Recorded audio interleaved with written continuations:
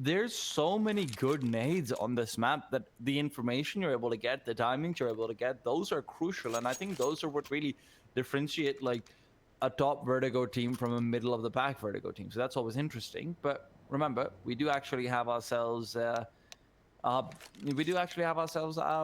betting partner, Loopbet, from which the odds will pop up on screen in just a second.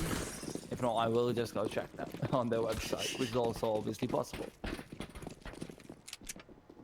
Well, betting odds aside, we do have our pistol round now underway. Alternate attacks to the CT side. They have a kit, a fair amount of utility as well, but Saw are just barreling in. They've got contact, they've deployed smokes, and they're getting this bomb down very quickly. So it's a full-on retake from alternate attacks to start things off. Nades fly through, not too much damage being done, but enough to worry them just a little bit when they start to come in. The problem is Merber's tagged incredibly low, and he's the one with the kit, so he wants to die a little bit further ahead than if not else. Arky waiting for pushes to come through. Wall of smokes has been deployed for them to come in, but Ali's not there yet. Cressy's found one. Slacks brings in with another. And Arky with that P250 will have to try and spam the smokes, but they're pushing through them. Skrunk's found one. Uterus response. Skrunks and Slacks, though, are there for all the more. The question is, do they have the time? It doesn't look like it, and although they get all of the kills, they will not be able, with 4 players kept alive, by the way, in the end, they will not be able to get that retake. Just delaying, pushing through the smoke a little bit too long, perhaps. And I've got the odds now from our betting partner, from Loopbet. It's 225 for Saw versus 160 for alternate attacks. So I think I'm fine with those odds. Yeah, those definitely make a lot of sense. That's so heart-wrenching if you're alternate attacks, because they get the kills that they need to, and the kit's down right next to the bomb, but they just can't get their hands on it fast enough, and they just lose out on a slim bit of time. Saul taking away that pistol, now into the force buy and response by alternate, and it's a 1-for-1 exchange. Cressy getting a very forward position in towards T-spawn, and he can cut off these rotations, so the entire side of the B bomb site is firmly under lock. But Saw is continuing to push forward. They know they have to take the initiative, but Slacks with a nice shot to prevent any sort of ground take into the A site. Slacks is massive with that deagle at times. You really like to see that from an AWP coming in. Just that versatility with the weapons. Slacks will be swinging out again, but can't quite get the kill. Roman left with 6 HP. And now these 3 players on alternate attacks, they're left with the difficult decision to save, as they will be moving back. They want to take those deagles and the Galil forward. Actually, I'm lying to you. They don't want to save. They want to keep going, as they do still get more tags in. Stephen takes down Dodo, and Arky is very low. Now that Roman's gone, he's only one left. He does have an AK-47, though, and he needs to start spamming, but Cressy's jumping through the smoke, takes him down, and somehow or the other, the force buy goes the way of the CTs off the back of some very good kills on that Galil. Less utility, same wall of smokes, still jumping through it. Alternate attacks. It's almost like a repeat round over on that A site. Same plant positions. This time, the odds stacked up against Saw, and yeah, this time they're able to narrowly grab the edge. Just some great deagle work by those from those alternate attacks players. Like you said, Slacks getting the kill and Skrunk all contributing. Definitely not what you were expecting or hoping for on the Soul side, and alternate attacks are getting very pushy towards this A site. The boost spotted out. Cressy does take a lot of damage, but Skrunk is able to secure this push towards A. The smoke deep, the flash as well. So the A site's under lock and key, and now puts a bit more emphasis over to the other side of the map. And for now, I mean, there's still a lot of time left. They can wait out these smokes, maybe re-aggress towards A, but just the positions here from alternate attacks are so strong.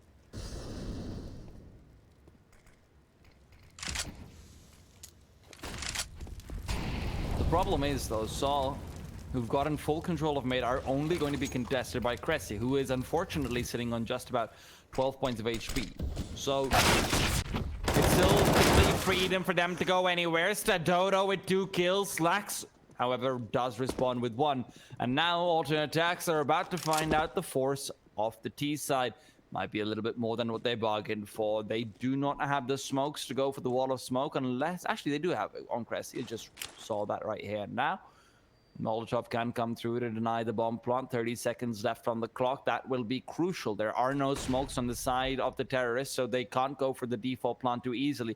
Mermaid's going to be keeping an eye on Ali as he will see the molly come in. Flashbangs out as well. Needs to peek through. They're turned around, but he can't get the kills. A second one is there. 10 seconds on the clock very soon, and the bomb will be going down. Roman can get the plant in, but in the meanwhile, Stephen come through with 2 and 3 in the bag. Sedodo left with 2 HP on his own self, but he will be brought down. Alternate attacks somehow are the retake masters. Yeah, time after time giving up this A bomb site. So happy to take it once this bomb is down, but they bought so much time with that Molotov, that set molly that they were just waiting to deploy for the longest of times. And does that now signal to Saul, maybe we start to look elsewhere? I mean, they'll have to consider that for the rounds to come, but this play, as soon as this bomb started to get planted, Stefan just pushing in so aggressively to take away ground. 3 kills in rapid succession. That's ultimately what won them the round. Yeah, some fantastic kills coming out from him. He is the player you always expect to be stepping up in these situations. And he plays it so incredibly well as well. Just using those flashbangs to perfection, knowing that they're just going to be there to delay for a little while longer. Now, the interesting thing is we are going to see the loop bet odds now, which are going to be updated live. So 1.4 for alternate attacks now to 2.8 of Saw, and I can see why they've swung a little bit more. Yeah. Our betting partner, of course, Loop Bet, you can go check them out as well. They've always got some fantastic odds for you.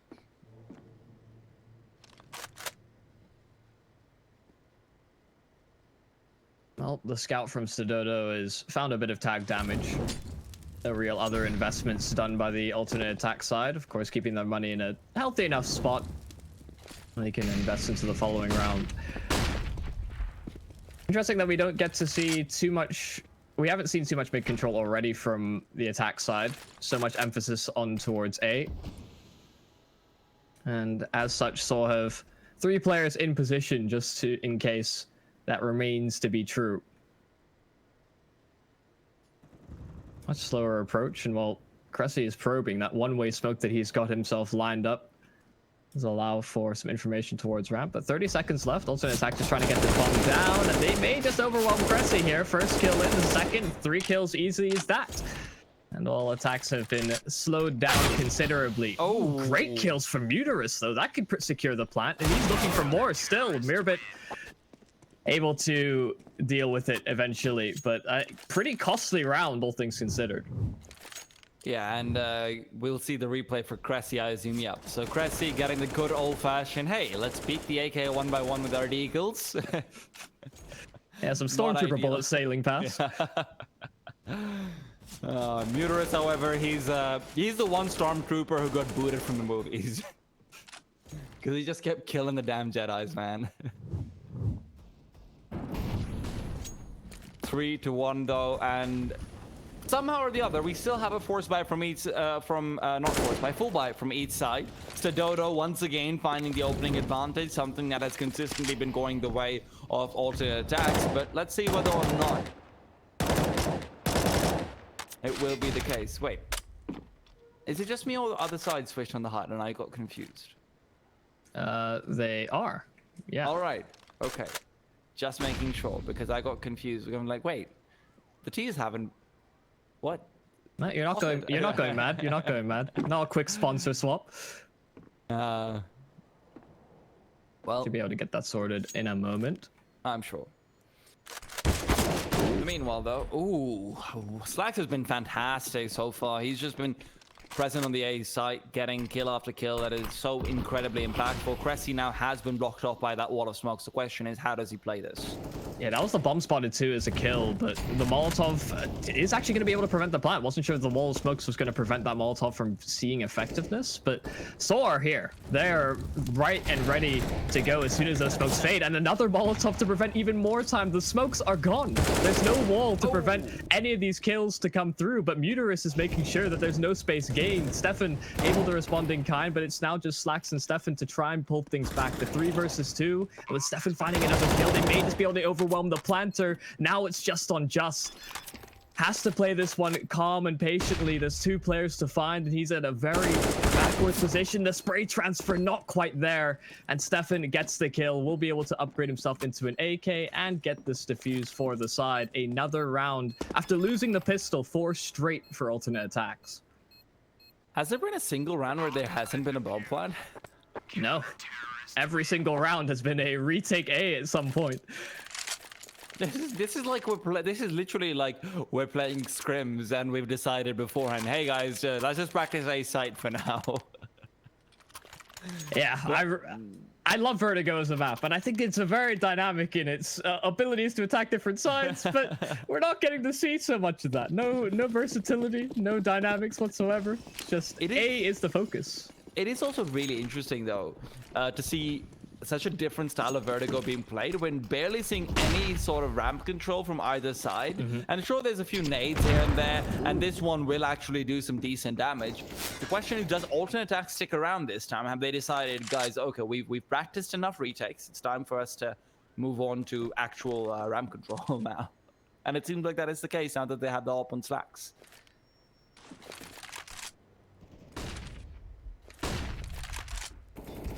Oh, Slacks with that aforementioned ult, able to get the first. There may soon be more to follow. Still a lot of presence towards the A side of things. I think this time you may be right. They've heard our call for a bit of a different approach. Meteor is probing in towards middle. He does get spotted out by Cressy. And they are beginning to rendezvous over towards B. Well, Muterus could still be caught off. The problem is he's thinking of getting aggressive early. He wants to be the lurk, but if any sort of a flash comes in, if Cressy wants to get information, and with 40 seconds left on the clock, that's a very understandable decision to make as a CT side.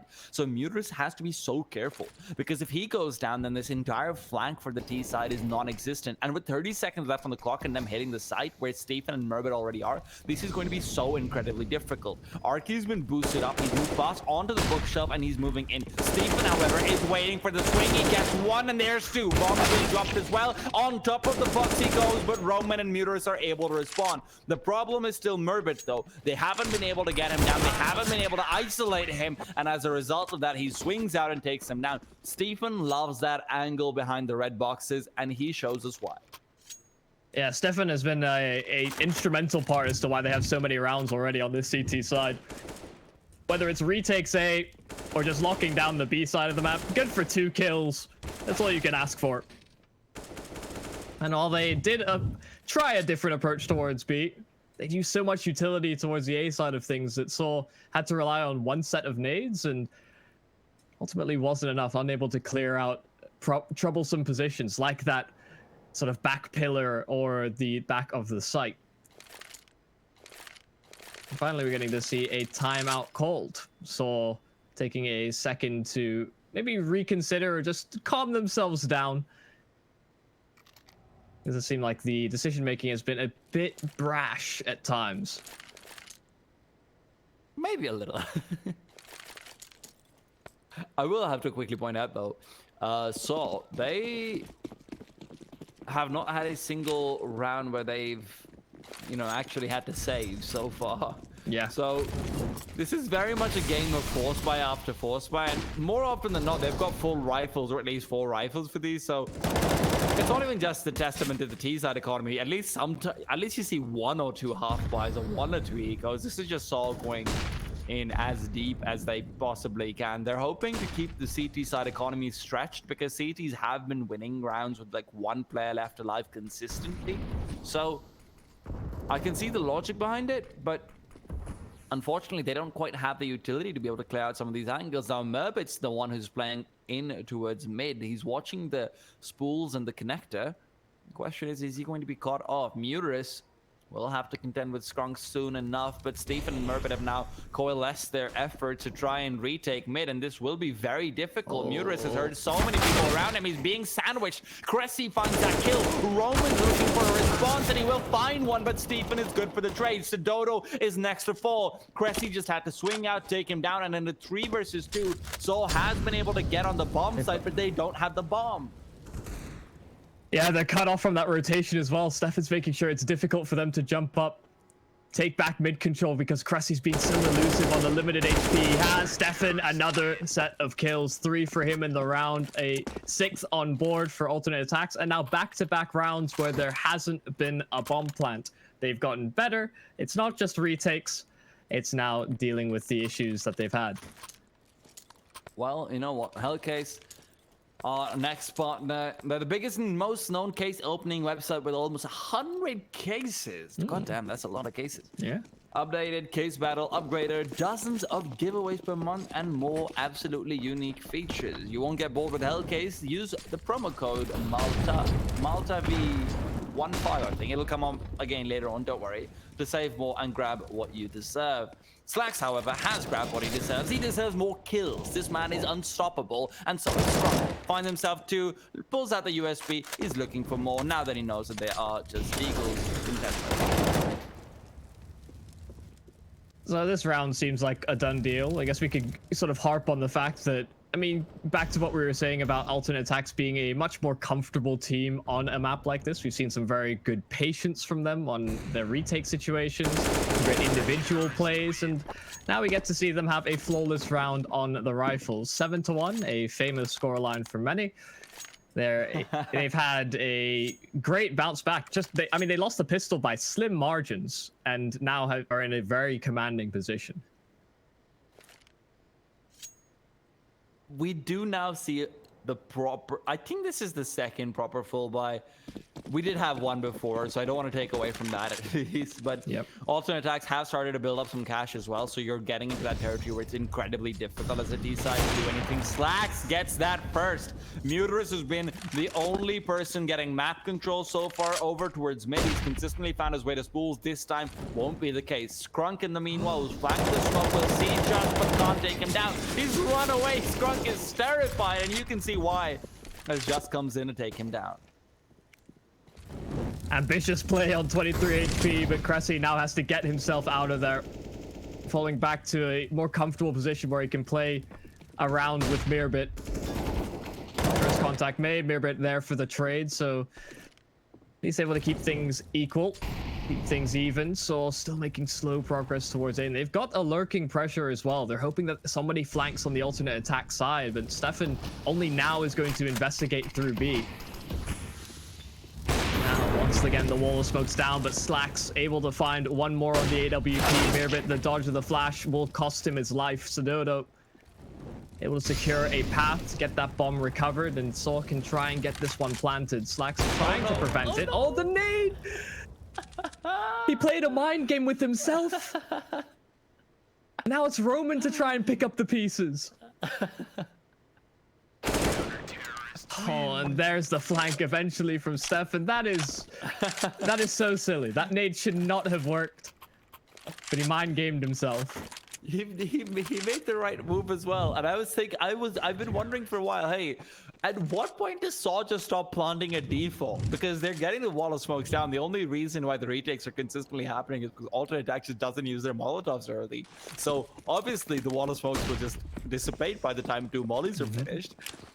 And he does the right play, but then he moves right back onto default. I mean, he must have been scared that he's going to be sprayed down from elevators or something on those lines, but it is generally incredibly comical to watch. And well, as far as first impressions go, I was saying as I haven't been able to cast Saw in person before, well, so far it is a thrashing. Alternate attacks seem to always have some sort of a move that puts them into position, but this time Arky gets the best of the B-site defender. That's no easy task. Stefan has had a considerable game thus far and a clean plant for Saul. They've got themselves the bomb site. They've got some good after plant positions, but they don't have any utility. They cannot slow down the re-aggression from alternate attacks. Arky's position is fantastic. He's going to be able to get that instant headshot on Mirbit because you always jiggle peek that angle, and there you see it. Muterus with one as well will force alternate attacks into situations which they haven't encountered before, where they're going to turn back from a planted bomb. They're going to let it stay down. They're not going to retake. And this is where the magic of the B side comes in. A side, obviously, much easier to hit, much easier to take control of once you have ramp control. But later on, as long as the CDs haven't used their Molotovs, it's so easy to just force the T's off a position, and then retaking it in itself is so natural just because of when the bomb plant comes in, the players on alley and the players on ramp can be isolated entirely from the elevator player on the CT side. So that's a completely different situation what we saw here. This round was all Arky though. He gets onto the site without being detected, gets the first entry and the bomb plant with it. So generally just a fantastic round for them. Yeah, nice sneaky play to get the site and secure a round that has been sparse for Seoul. See if that changes their mentality a little bit. Such an easy round towards B, maybe that they put a bit more emphasis over there. As alternate attacks have kind of been leaning towards A. They've put most of their eggs into that side of the basket. Slacks in good position in towards mid, and the blind shot as well. The timing from Uterus not going to work in his favor. It's again another time in which Slacks has gone aggressive with the AWP in that position. And Seoul slowed to a halt. Flashbang is good. Stephen peeks out, but he can't quite get the kill. Unfortunately, all he's got is a smoke. No nades over here, otherwise it would have been big. And that smoke is more decorative than anything else. He's really just adding some ambience to the map. He says it's a bit of a dull map. It's an unconstructed building. Why not throw some smokes and lights in there? Unfortunately, Seoul will also be doing that, as they will be going for a bit of an execute. Murbit, however, on the flank is more than happy to come in and start cleaning a few of these players up. Sodoto and Arky both very low. Arky's taking first point, but he could be caught off. It's Slacks, however, to take down Sodoto. And with this op scope right in, Arky's not going to be having an easy time getting in onto this bomb site. 20 seconds on the clock. Stephen realizes where he is. He's swung out, but it's Slacks to get the kill. In the meanwhile, Rodman's been left alone. He gets two, but that's not good enough. Wait, did he get two? It showed in the kill feed he got two, but 4 people was... I think there's a hard glitch. Yeah, that's unideal. There's a lot of pressure towards the B ramp. They're hoping to split that B site in some capacity, but they lose both of those duels. The bomb gets dropped, and those mid players are left kind of scrambling. Even if they'd found that kill on the A site rotator, the bomb is dropped in a position where it's unrecoverable. It does seem like Seoul have opened their eyes to both sides of the map for now, but finding an execute that'll work against alternate attacks who have, I think by and large, been pretty good on this map. I think it's fair to say. Well, Uterus trying to get the advantage in through middle. Finally, he finds a frag. Now that alternate attacks have put a bit more pressure towards mid, they've been losing that position, but that's an avenue that's opened up.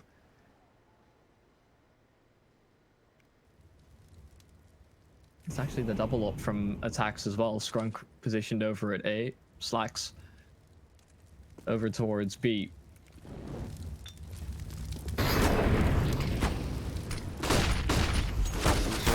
Take point, but Cressy's taken down instead. Scrunk, who's on that secondary up, knows he has to back off or go in, and he will maybe be choosing the ladder. Maybe it just needs to come in. Finally, the plant comes in. It's not on default. They get the bomb down without losing anyone, and then just takes down Slacks. It's what I've wanted to see for quite a while, and I'm happy that we have finally gotten it. The bomb gets planted on A, and attacks aren't retaking. Another circumstance where they've scared them off. Is this truly 2020? The times are changing quicker than we think. Yeah. So a focus shift from Seoul. They finally get the execute on A to work in the way that they'd drawn it up. Finally get that bomb planted, they hold on to it, and while they allow the attacks players to hold on to these weapons, it's more about strengthening their own coffers. At this point, it really is just about the round scores. Even a 9-6 is not ideal from the T side, and alternate attacks, there's no reason to believe that they can't get at least one more round the way things have been going. I think a 10-5 is still somewhat comfortable for Saw, given the fact that they were down 8-1 at one point, though. So a recovery is always nice to have around this point, and you do see alternate attacks. Their money has started to show signs of weakness as the MP9 comes out from Scrunk. He will be getting aggressive. Flashbang comes in, goes straight into scaffolding. He's made a lot of noise, and he even tagged down his teammate a bit, just goes down, but Roman gets the kill through the smoke. Interesting start to the round. You've had a couple of smoke kills in these past few rounds that have worked quite in favor of Salt. ATTAX still a lot of presence towards A, though. Slack's holding with the orb, Skrunk's still dancing around with his MP9, and the damage affair is still going in Saul's favor. Some missed shots on the AWP, but Skrunk won't miss that same way. And there's the follow-up. They're finding a flurry of kills between this dynamic duo. Just back and forth. They're pulling the aggro. We're back to silence. Saul not favoring these fights, but so much presence made and no map pressure elsewhere. They have to be very concerned about a flank and just a player that's locking them into this lower ramp position. Saw is still maybe hoping to go for this. They do have enough money to get themselves a buy in the next round. Loss bonus isn't entirely down to nothingness, so you should have a buy in the next round regardless. So Saw, I like this decision from them. If they can get some kills, if they can get the bomb plant, that's obviously great. Slax's shot has been baited out. Skrunk's been brought down. Arky's been a menace on these entries. He's been absolutely fantastic. One of the big rays of hope that Saw has had so far. And Slax, who is repositioning, will be smoked off. He does fire through that smoke, but it will not matter. Bomb plant's going in. Muterus will be able to get that down. And if they can bring Slax's off down, that will be huge. But Slax and Stephen are good for those kills. Diffuse comes in, 10th round for alternate attacks, but you know, they get the bomb plant down in a 2v4. That's not terrible, not by any stretch. However, I do have to say, Just is pushing through that smoke very early on, all on his lonesome, quite a few times now, and somehow he never hears the player coming down from alley. I think there might just be a good flash being thrown from the CT side, which is blinding him consistently, but he never has information on the MP9 coming in through alley down towards the bottom of the smoke, where it's able to exploit him and his teammates at times as well. So I think Saw perhaps showing a bit of their inexperience with the map in terms of their communication protocols not being entirely set up, but hopefully that's something. Oh my goodness. Grunk, okay. Reasonable. Stephen, Slack, everyone just takes everyone down. Okay. That's a round. That is a round, you and me. That is a, blink and you miss it. We're busy looking at the crazy antics over towards A, and everybody's dying over at B at the same time. Considering how slow these rounds have been for the half, yeah, that's not what I would have expected. Can't really blame them for that. Well, okay. They tried, you know, they've hit B a couple of times, a slow approach once, a fast approach another, with mixed results. Very mixed. It's now back into a default. Just a slow, methodical default. This time, I imagine they'll put a lot more emphasis on clearing that close cubby corner. The one that they seem to have so many issues clearing.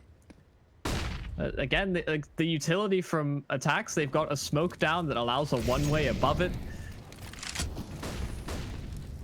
While the utility is flushing them backwards, they are still here in presence. In fact, committing. Making sure that they don't go and chicken out towards the sidewalk. Still taking these fights. Skrunk able to find the first. The Dodo did the deck, and there's no trade available from Saul. And again, another smoke down. Oh.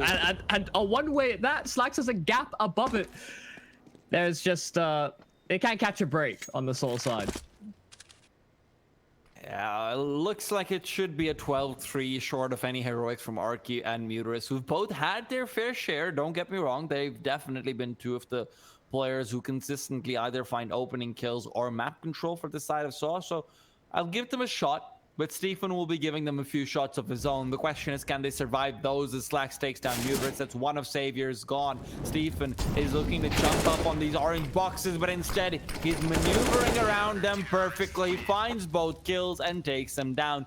12-3, and alternate attacks have started off the best of 3 in the best possible fashion in pure dominance.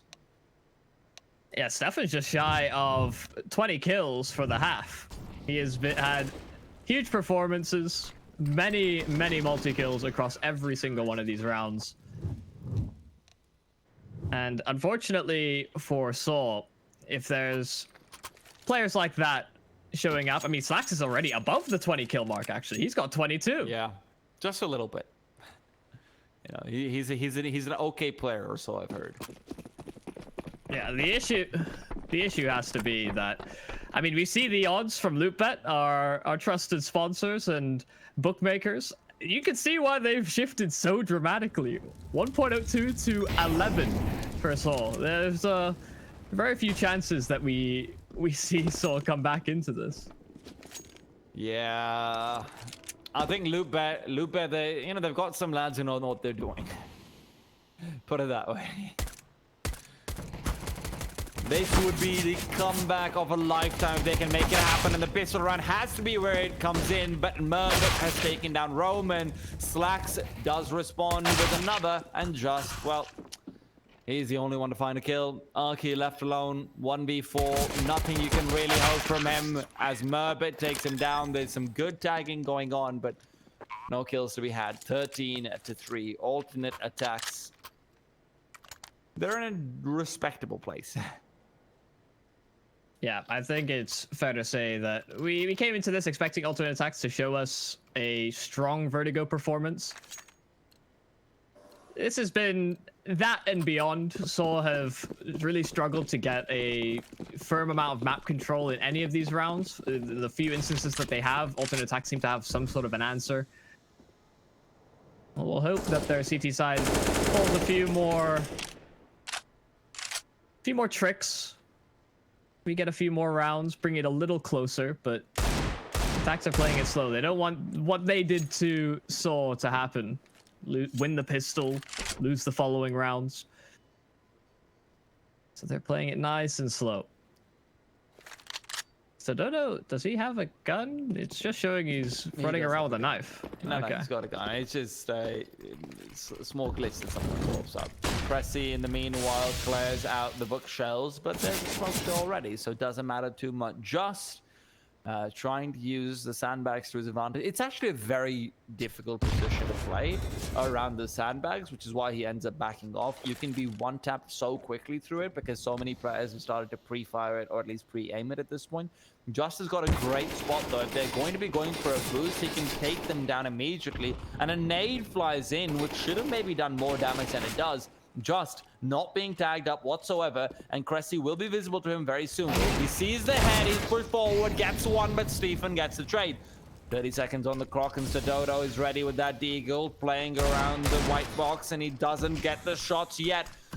Stephen will be trying to come in with the entry. Sododo gets the shot immediately, swings out. One dig is there. Scrunk, however, with the Mac 10, there's too much for him to deal with. 18 seconds on the clock. Arky is fighting away with the scout. Roman has been brought down by Murbit, and the bomb site is theirs, but can they get the plant? Muterus wanting to push through that smoke. He will be able to get one, but it's 10 seconds left on the clock. They do get the bomb plant. Slacks in the 1v1. Arky's got a scout. Not the ideal weapon, and you can see why. Slacks with barely any bullets takes him down. 14 rounds for alternate attacks, but that was not easy. Yeah, a worrisome position. Very close to getting things done on the CT side. Even with the scrappy bite, the slower approach, just deagle shots galore. It seemed from the Saw camp, but it had to run dry at some point. And well, they're in a position now where it just has to be force until you find your stride. The MP9s, the SMGs are out. They're hoping to take some ground away, while Murbit is waiting for the push. Able to get one, but traded out. And well, actually, over towards A, they found more ground to work with than they maybe anticipated. ATTAX has control of the site. Muter's trying desperately to plug up the hole. Takes a lot of damage in doing so, down to 2 HP. The nade will finish him off.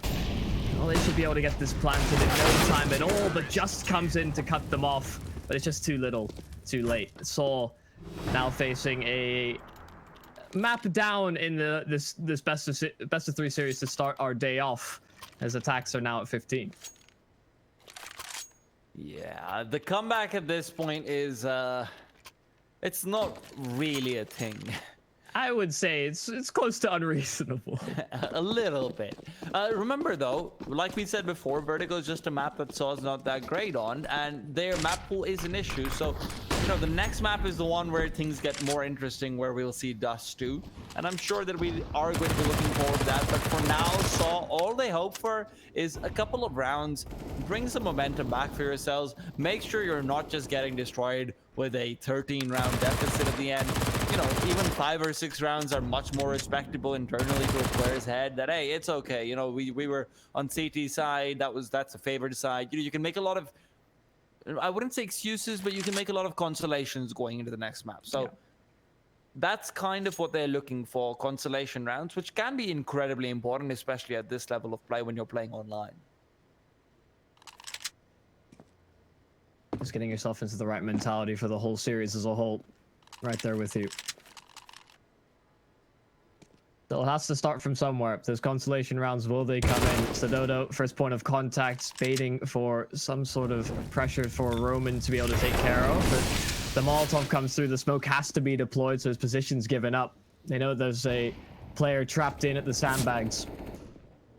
Alternate attacks are content to wait it out, but they don't have a whole amount of time to do so. 30 seconds to get this planted. A Molotov that's whiffed is certainly unideal, and they're still here in heavy presence. A third Molotov used. Roman's pulled a lot of utility. Muterus pushes forward. Kinding 2. It's trades galore, but for alternate attacks, however, they get 4 kills for the 3 that were found in response. The bomb making its way in towards the site. They're trying to get this planted. Mirbit will finally dial in the digits, but just is so close. The smoke for now will cover the secondary player. He's weaseled his way through it. Crescent's playing around it, and attacks, they get it done. It comes down to another 1v1 on the T side, but a 16-3 scoreline on our first map.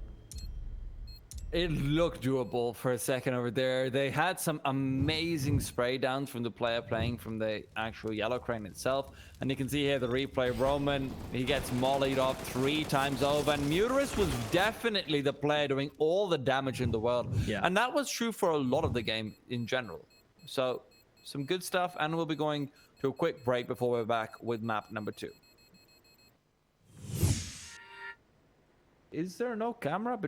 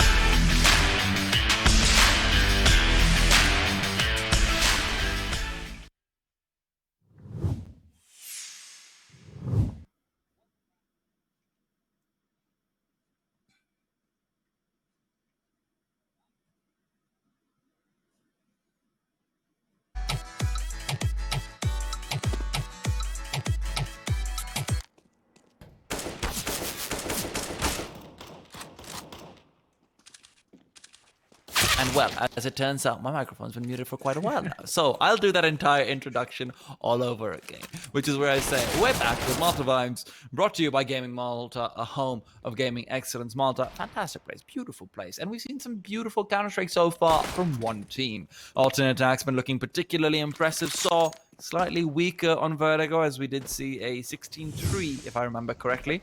And we'll be going in up against Saw in Dust 2. What are you feeling? How do you think this is going to go? Well, I came with an impression that I was going to be surprised by how well Seoul were doing, whether it was in-game mechanics or, you know, some sort of strategic element. But so far, both have kind of been lackluster. We've seen far more impressive stuff from the attack side, which is to be expected on their own map pick. And I don't know.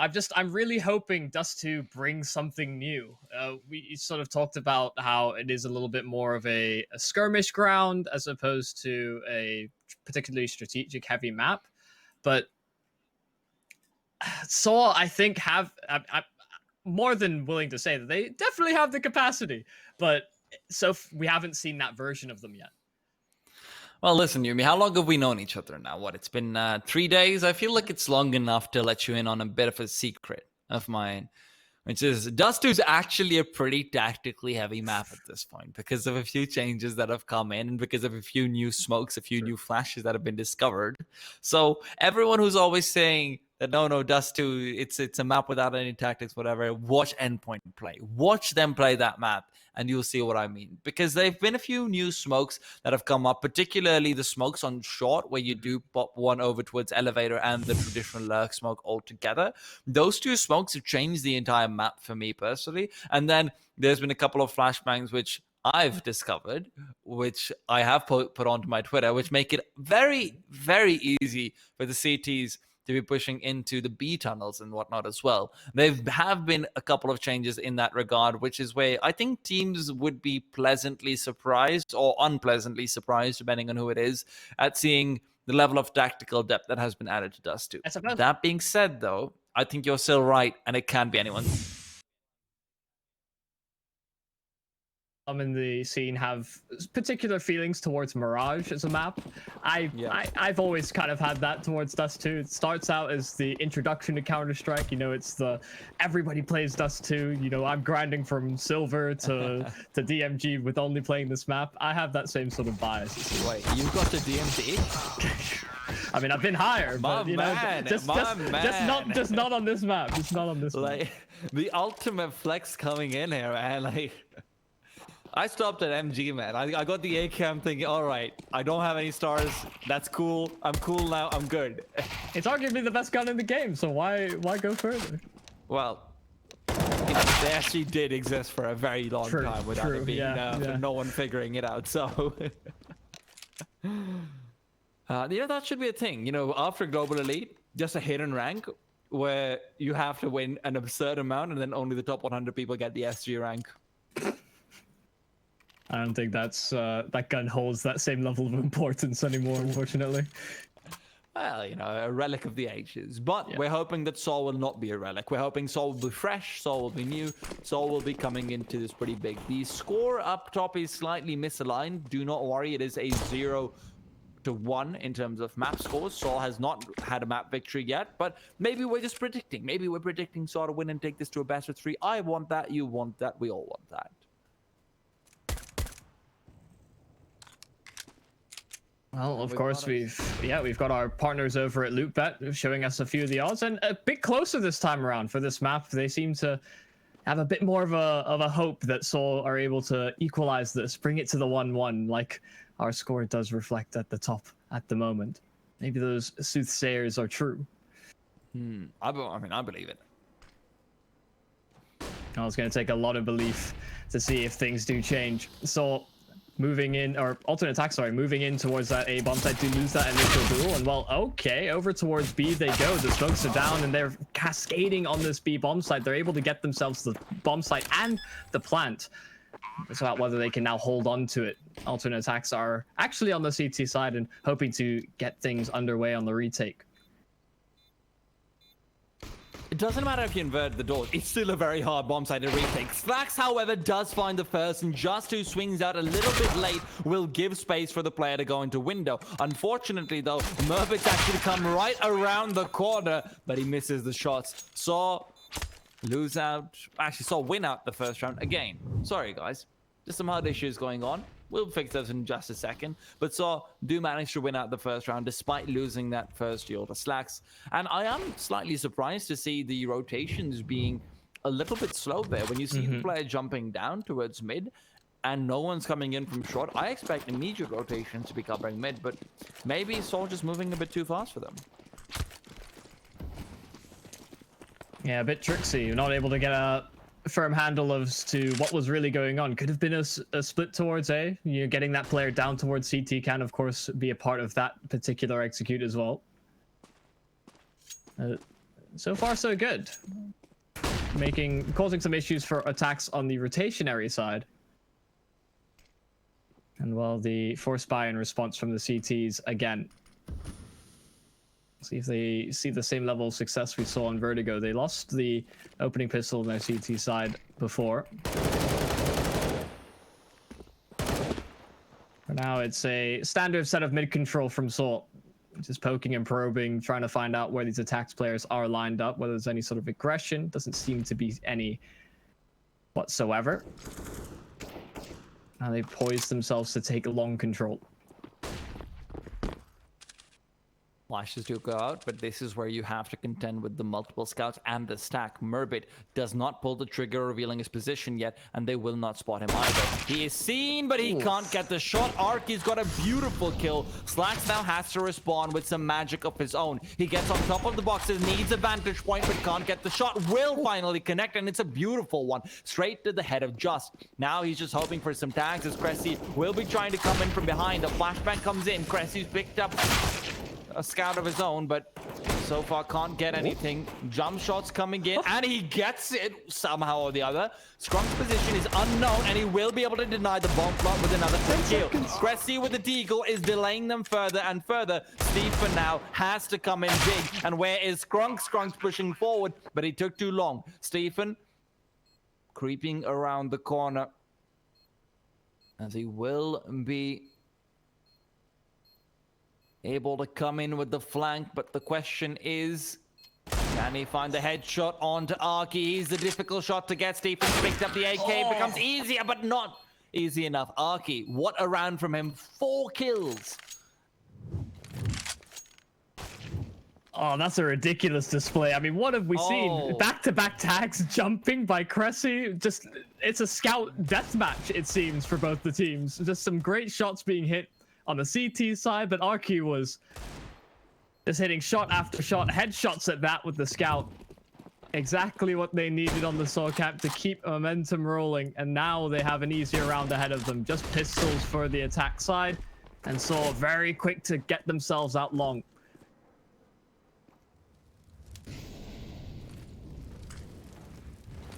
They had actually gotten full control of a long, but when there's still a minute and a half left on the clock, you almost never see that. And Johnson's getting so aggressive. He knows he's got the Mac 10. He knows that's the money maker, and he's here to make that dough. Now, the question is, can Ultra Attacks find a couple of kills, back off? Even if they don't want to back off, that's fine. Just find a few kills, see what you can do. And it seems like they want to save P250s and go for exits. I don't mind this, to be honest, because of the fact that there are 2 Mac 10s still alive. And you could just be giving away a lot of free money. I would have loved to have been Roman in any of the games that I would have played, because he jumps above the smokes and he hears one of the players just clip his last bullet. He's, you know, firing off blanks. And that's prime time. That's exactly where the Mac 10 shines, especially when you're on the hunt for recos. But yeah, there's no harm, no foul getting those kills and hunting the last players down. And although the intent may have been to not give too many kills away to this SMG, they've fallen victim to it nonetheless. My intent is almost always to not give too many kills away to anyone, but I always fall victim to it. Yeah, it's easier said than done. That is, yeah. Catch me on the bottom of the scoreboard. If there, I generally get kicked. But The question is, who's kicking out who with these AWPs that have now been pulled out? Alternate attack will be taking his duels to Dodo, misses the first shot as the jiggle comes in. The flashbang will not stop alternate attacks from jiggling his shot out. And now they've actually got quite aggressive long control. Cressy's playing from up close and personal to the doors. It's not true. This is something that I personally don't enjoy too much. I do vastly prefer just keeping two players on long for quite a while longer to go for the flank later on, potentially. But he's just going to be playing here solo and seeing how things can turn out. Arky is, of course, right around the corner, right behind the taxi, so it's not an easy push to make whatsoever. But Saw, they have now accumulated players near short. Yeah, Muter is probing in towards middle. Doesn't seem like there's anybody looking for information on the attack side. They've fallen back to the sites and are hoping they can prevent the push, do the damages necessary. Stefan will spot them out initially, but now they're picking up the pace. So progressing towards A, the flash that's fully blind. Roman able to get the initial entry. And once they don't clear Scrunk, he gets one, but it's traded out quickly by Saul. And will that be bomb site? That is very much a lost cause. In spite of the doors opening up and flipped the other way, like you said, it's still a tough bomb site to retake. So they'll hold on to these weapons for a follow-up round. So far, a flawless start from Saul. They've had a close 1v1, but aside from that, the rest of the rounds have been far more convincing. This was also such a well done round from them. This was the ultimate default, where they get full mid control, they clear out short, they make sure no one's in a position to be able to flank them early. So that's where the important thing is, they don't just molly it out. They actually send Arky forward to the point where he can check Ninja, where he can check Gandalf, and he can make sure, okay, there's no one who's there. And then he backs off. So there's no one who'll ever be able to flank them once they smoke and molly off the mid to B. After that, because Stefan actually showed himself while he was peeking through the door, they know that he doesn't have time to back off, and if he does back off, it's probably going to be towards Scar. So they line up the flash immediately to be able to pop the MAC-10 out. They waste no time with it. Their protocols for that are so smooth. I'm just generally in awe of how well executed that round was from Saul. Yeah, a completely different version of them than we saw on the previous map. It's far more comfortable, and that's maybe where that win rate that you were talking about earlier comes into play. Far more confidence, like you said, the protocols seem to be there. Well, Slacks is aggressive off of short with the AWP, hoping to get an opening duel. There's been an emphasis on mid control, as you would expect from the T side.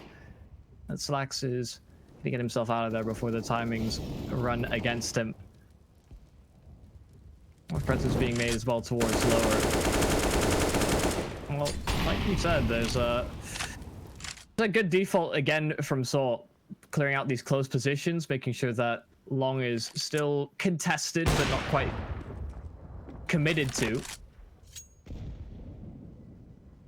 They're happy to grind down this clock even further. Once again, the utility is still there in spades for Saul. Slacks again has to fall off. Over the other side of the map, though, Skrunk's found a kill. Also, ATTAX playing this 2-1-2 is a little bit interesting. There's a reason why teams have swayed away from it, and I'll talk about that in a second, because I think Slacks might want to swing out wide, find this shot, and indeed he does, but Muterus is not brought down. That was a shot through the wall. I mean, Slacks, he's been mollied off the angle. The question is, where are they going to go? If they jump down through the smoke, find him off on ramp, that'll be big, but he's re-peeked out, misses that shot. You can't afford to do that. Now Slacks, he goes again, and there you have it. Arky's next in line for a death to Merbit, and Slacks, all on his lonesome, knocks down that A-bomb site.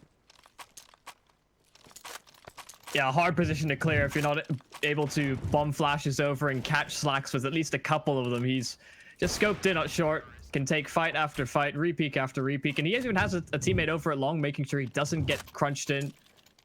Could have thrown a supportive flash as well had he required it. But ATTAX finally put an end to the spree of rounds. They get one registered in their own name. Of course, the money for Saw is in a place where they can reinvest. They have the AWP back into Dodo's hands. This time a bit more presence over towards B in their default. Still having a player lingering towards long, so a fast flanking opportunity doesn't present itself, and Muterus again sort of probing in through middle by his lonesome. Nobody on the other side for ATTAX. He's got the AWP, but he's been mollied to death. Skrunk will eliminate him. And now, Muterus, who is just creeping in, creeping forward, is next in line. Skrunk comes in again to take down Arky. He is a menace on this bomb site. Even the previous round, you saw him being able to open up the B tunnels early on. That's one of the reasons why Dustu is becoming a little bit more CT-sided. It's because teams are suddenly discovering, you know what, it's actually pretty easy to push into the B tunnels. Why don't we just do that? Why don't we just find a kill there? And it's not exactly what's going on with the ATTAX side, but they are at least finding pickoffs consistently. It also seemed that that was a default where the initial plan was to crunch towards B in a pretty timely manner, but losing that initial fight sort of just pushed them to the breaking point. And well, losing initial kill so early into the round with a peek from Stefan is not ideal. Of course, it's just pistols and a scout. Of course, we saw what Arky is capable of on that weapon. Some sort of a duel, but Cressy finds the tag damage, content to fall back. They know that mid control is firmly in Soul's possession. Okay, Skrunk catches just a glimpse and it's through the door for him. Skrunk. Oh, he's been tagged down through the wall as well, but no major harm being done. Remember, it's all about the economy on the CT side at this point for this round. And fortunately for them, they are they've got a handle on it. Let's put it that way. 5 players kept alive in a double op, with now everyone being at about 5,000 and above. That is very good for the CT side, especially when you consider Saw doesn't quite have the ultimate loss bonus on T either. So now when they buy up, you can see they've got some Galils. They don't have full Molotovs. Not the best of places to be. All right, I apologize. I think we've got that sorted now. We're hopefully. Yeah. We also have our case spot that's sorted, which we'll talk about in a second, because Just has taken away everything. He finds that quick kill. Cressy. It's all him on the kill feed, especially when he's dying. Skrunk is now left, and a flashbang goes in to try and give him some space to run away. That smoke was useful, but Slacks is even better. The AWP comes in 3 versus 2. Somehow they maintain the advantage, even though the T's are able to come through with a few good kills. And now it's all about Stefan, who has come in from behind with the AWP to flank them. So they can't run away. All they can do is move forward into the waiting arms of Skrunk and Slacks. Yeah, one smoke for the cross, and while Slacks, he takes down Muterus along the cross. Roman able to get one in response, but Slacks are there for the trade. One more player that would have been a decent enough economic round for the CT side, but they trumped the push nonetheless. Now 4 straight, sorry, for the ATTAX side. Well, it's a just effort. Cressy finding those 2 kills over towards Long is a better response. Indeed. Now, you saw the Hellcase pop up in there, and if you're wondering, who the hell is this Hellcase? Well, Hellcase is the biggest and most known case opening website with almost 100 cases, updated case battle, and I'm gonna keep talking over this because the partners deserve some loving more than the pistols, let's put it that way. Updated case battle, upgraded, dozens of giveaways per month, and more absolutely unique features. You won't be bored with Hellcase. Use promo codes to save more and grab what you deserve. And the promo code did come up earlier with Malta v. Stefan. However, he is grabbing what he deserves, and he deserves more kills. I think it's fair to say everyone's not going to show too much love to the pistols. Of course, much more happy to see Soul on proper weaponry. I think Saul would be as well. Yeah, I mean, nobody... You put yourself in a position where you've got a couple of crutches, you know, rifles can be one of them, but we've seen some exemplary stuff thus far on these weaker buys, but not when an AWP is peering on the other side of it. Slacks is having a storm, or shot after shot being hit. He is uncontested. 15 kills thus far and 5 rounds for alternate ATTAX. He is stepping up to the plate in a position where Soul were in control for the start of this map. Yes. That's the Jeez. scariest thing. He's 15-3 when they've lost 4 rounds. Yeah. It just looks so easy. It's just a shooting gallery. He's just playing DM at this point. And He's one of those annoying oppers who just sits down in a corner and just keeps killing you where you spawn in DM. Yeah. Even though that's definitely the right way to be doing it with an op, but still. Whatever his wake-up routine is, I need to know it, because he had a great first map on Vertigo. He's having a great performance on the secondary map as well. Doesn't show any signs of slowing down, and ooh, look at this from Mirbit. He's pushing up through top middle. The traditionally defaults galore from Saul, but this time they've left a gap, and ATTAX are hoping to exploit it. They've given up long control in the process, but they may just be able to get this player that's rotating away from the B bomb site. Well, you have to be careful because Arky is going to be behind them, but who's speaking who is the question. Arky will be taking that duel. He's brought down Slacks is in such a good position, up in an elevated spot to give him an easier time, but Molly's flashes, they all come in, and that means he has to reposition, move back, smoke it off, and go in for another, and he will get the shot. Muterus is going to be very sad about that. Just doesn't get naded down as heavily as I thought he would, but that isn't going to be easy whatsoever. Mirbit now creeping up from the side. Stefan chimes in with a kill of his own. Just is next to fall. All 5 players kept alive. 3 rounds in a row. Alternate attacks. This is the ultimate CT side economy. On Dust 2, no less. Yeah, they are. I mean, Slacks is capped out. They are loving life. They've had so many flawless or good performances on the CT side. Now a flawless round on top of it. There, I imagine, has to be a timeout on the horizon for Salt. They used one on Vertigo, and well, here it finally is. The script has flipped so quickly. Yes. Muterus hasn't been finding the same success that we saw earlier, though. And even right now, in the previous round, I feel terrible for him because the second he rotated away from long doors was when he gets information from Arky, hey, I'm watching mid now. So when Arky is watching mid, the problem is that the CTs have already pushed up towards the corner of Catwalk. So Arky can't see that from despawn. So by the time Arky comes over, Muterus is backed off. Arky loses that duel. And if Muterus had been there, if they'd just been able to delay a little bit longer, wait for the CTs to do anything and push up, maybe they're able to get those 2 kills on the flankers, and that becomes a completely different round. Unfortunately, though, just the timing not working out for him, and you have to commend Ultra Attacks for it on one level, but it also is the damn. Sucks to be you, man. Like, I genuinely feel bad for Saw at this point. Roman pushes out early, and it will be a kill on the Mirbit one way or another. Cressy's good for response, but can he keep himself alive? Slacks is going to get the trade once Cressy dies, so alive or not, at least he is going to be giving his team something to work with. He's now alone on the safe site, so he has to come up big, and well, this kill from Arky, that opens up the site. There's no one really in a closely contested position. Arky does considerable damage on the jump up from Skrunk. It's now just Stefan, who's a retake king on Vertigo, but a smaller task ahead of him, and Arky has his number. A couple of really important kills from Arky in particular, just his presence on short, commanding towards A. That was just a really nice play from him, though. I think he read that Slacks would come over because Slacks has been doing that pretty consistently. So, you know, just good to see him exploit that op angle with the crouch forward. There's definitely a few angles on every map where you can do that. So it's just nice stuff from him. I like that. Yeah, it seems like they're reading into some of the rotations that ATTAX are implementing as well.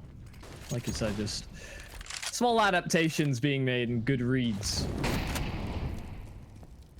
Well, of course, we talked about how well the money was doing on the attack side, so they can, of course, afford up another buy. Not a double up, though, so interestingly enough. Might be a case of if we can salvage one, we'll do it.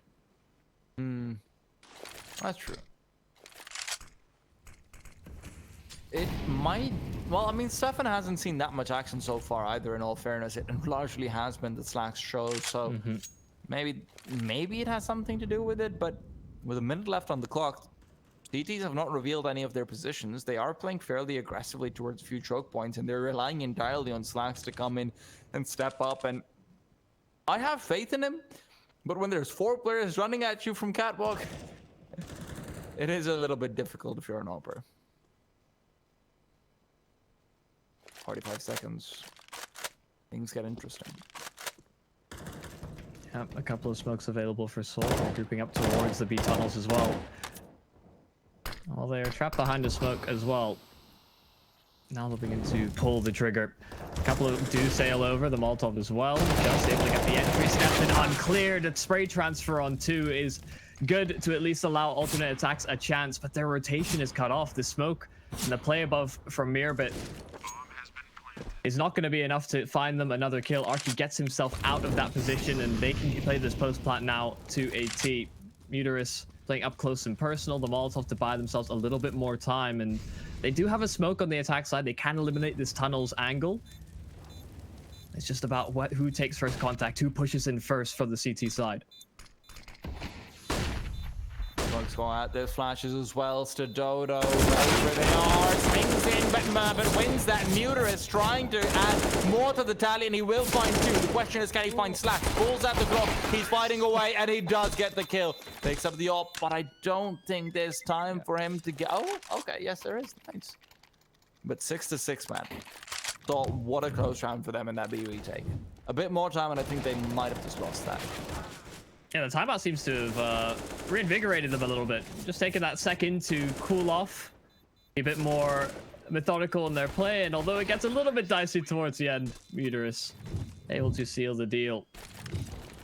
After losing so much momentum in the earlier part of this half, good to see them bounce back, and well, lots of presence over towards long. There's only one player there from Seoul, and so they recognize that short is wide open for business. They get up so quickly, but Slacks again in this angle. He's not flashed off. He's not prevented from taking these peaks, and the AWP continues to see effectiveness. There's at least a trade back on one of these frags over towards long, but now Seoul have to rethink their strategy. They went up short. They didn't find anything. Back towards middle instead. And with those flashes from Stefan, they're able to completely retake mid control. 1 minute and 10 on the clock, and you've got mid control, long control, short control, and Merbit is about to get all the control. Unfortunately, the control come back to bite him, as he was expecting there to still be a player over towards Blue Bins, who did get there early on. Scrunk, waiting for a flashbang perhaps, but he is just going to see the run boost. That was for the op, but unfortunately, when you meet an AK on the other side, you're not going to have a good time with that. Slacks, his position is surely known, and in the 2 versus 2 with the double op on the CT side, it does get very difficult to aggress forward. You don't have the smokes to cross long either, so Stefan, he can always come into support while they're trying to go for the cross. Slacks just has to give him the information. 25 seconds on the clock. This is going to be so incredibly difficult. Slacks in himself is hard to deal with. And now that he's got information that there's 2 players here, Stefan can just peek out and he takes him down. So great stuff from the 2 ops. Yeah, it seemed like a gutsy angle being taken up by Slacks, because you missed that, you likely lost the sight. Even if there's that trade from Stefan, it's a tough one to retake with the open play.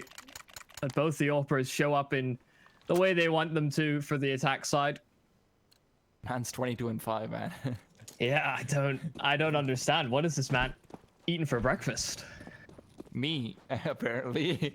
And everything else. Every person he can find on a Counter-Strike server.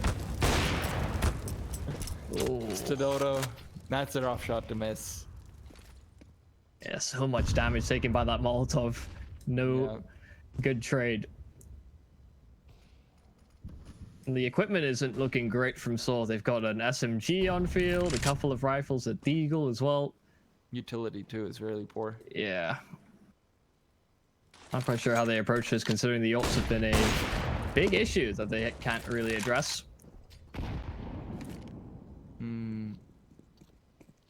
I actually don't like that angle from Slacks when he's playing Kenny S, because so far he's just been really good at watching them push into him and getting shot and re-peeking properly. That Kenny S angle is not effective for that. That's largely a, hey, you jiggle me, I kill you, and I run away. It's not a, hey, I get to re-peek you 7 times in a row. But Slacks, with the Molotov coming in front of him, he does see a few of those players coming in from the side. They drop them down, but Slacks so quick with the flick, trying to prove me wrong, but he goes down. It's Muterus to refrag with 2 quick kills. The in-game leader coming in big. Now 4 versus 3, and although Muterus is on a single point of HP, that's enough to put pressure, and pressure is gone. after it gets a kill on Stefan, though. Seemed like an information play there, primarily from Uterus to drop down, and Skrunk, well, he's still pushing in. There's the presence from Long as well. They're slowly collapsing on this site, trying to restrain and find an angle into the site. Skrunk pushing forward, finds the kill. Cressy's pinned one in towards Gandalf. The smoke is well deployed to try and buy a bit more space for this defuse to happen, but it's planted on the other side. It provides no coverage for Skrunk to operate off of, and with Archie taking down his teammate, he gets the final kill as well. And will he be able to get out? This time, not so lucky. So, still able to get a 7th round on board, though. This is such a funny situation where, actually, just to quickly point out, this is what I meant by Slax is in a really good position where he has freedom to repeat multiple times. He does get that first really good flick. I'm not taking anything away from him. But so far, the way he's been playing, it's just been fantastic when you give him the chance to have a bit more freedom, 2 angles to peek out from, and the ability to re-peek as a result of that. Now, that being said, we have a round, the 15th round, neither team has a goodbye. Yeah, How often do you see that? You win a round, yeah, you expect to have the stronger buy, but it's scrappy. The economy game was looking so good for ATTAX at one point or another. We were saying they were just about capped out. And now they've fallen on tougher times. Mid control once again gained by Muterus. This time Stefan is close to the angle, has Mirbit on the other side of the smoke as well. They go for an ambitious play through it, but this duel so important. Muterus finds and gets ahead, but Mirbit there for the trade, but they're losing presence towards B as well. The smokes will go down. They can get themselves onto the site. Mirbit making that rotation in, and he's shown his hand. This will mean that ATTAX have to slow down. A smoke deployed through window. There's one at the doors as well. They're waiting for this flank from Slax if possible. Ooh, spraying through the smoke.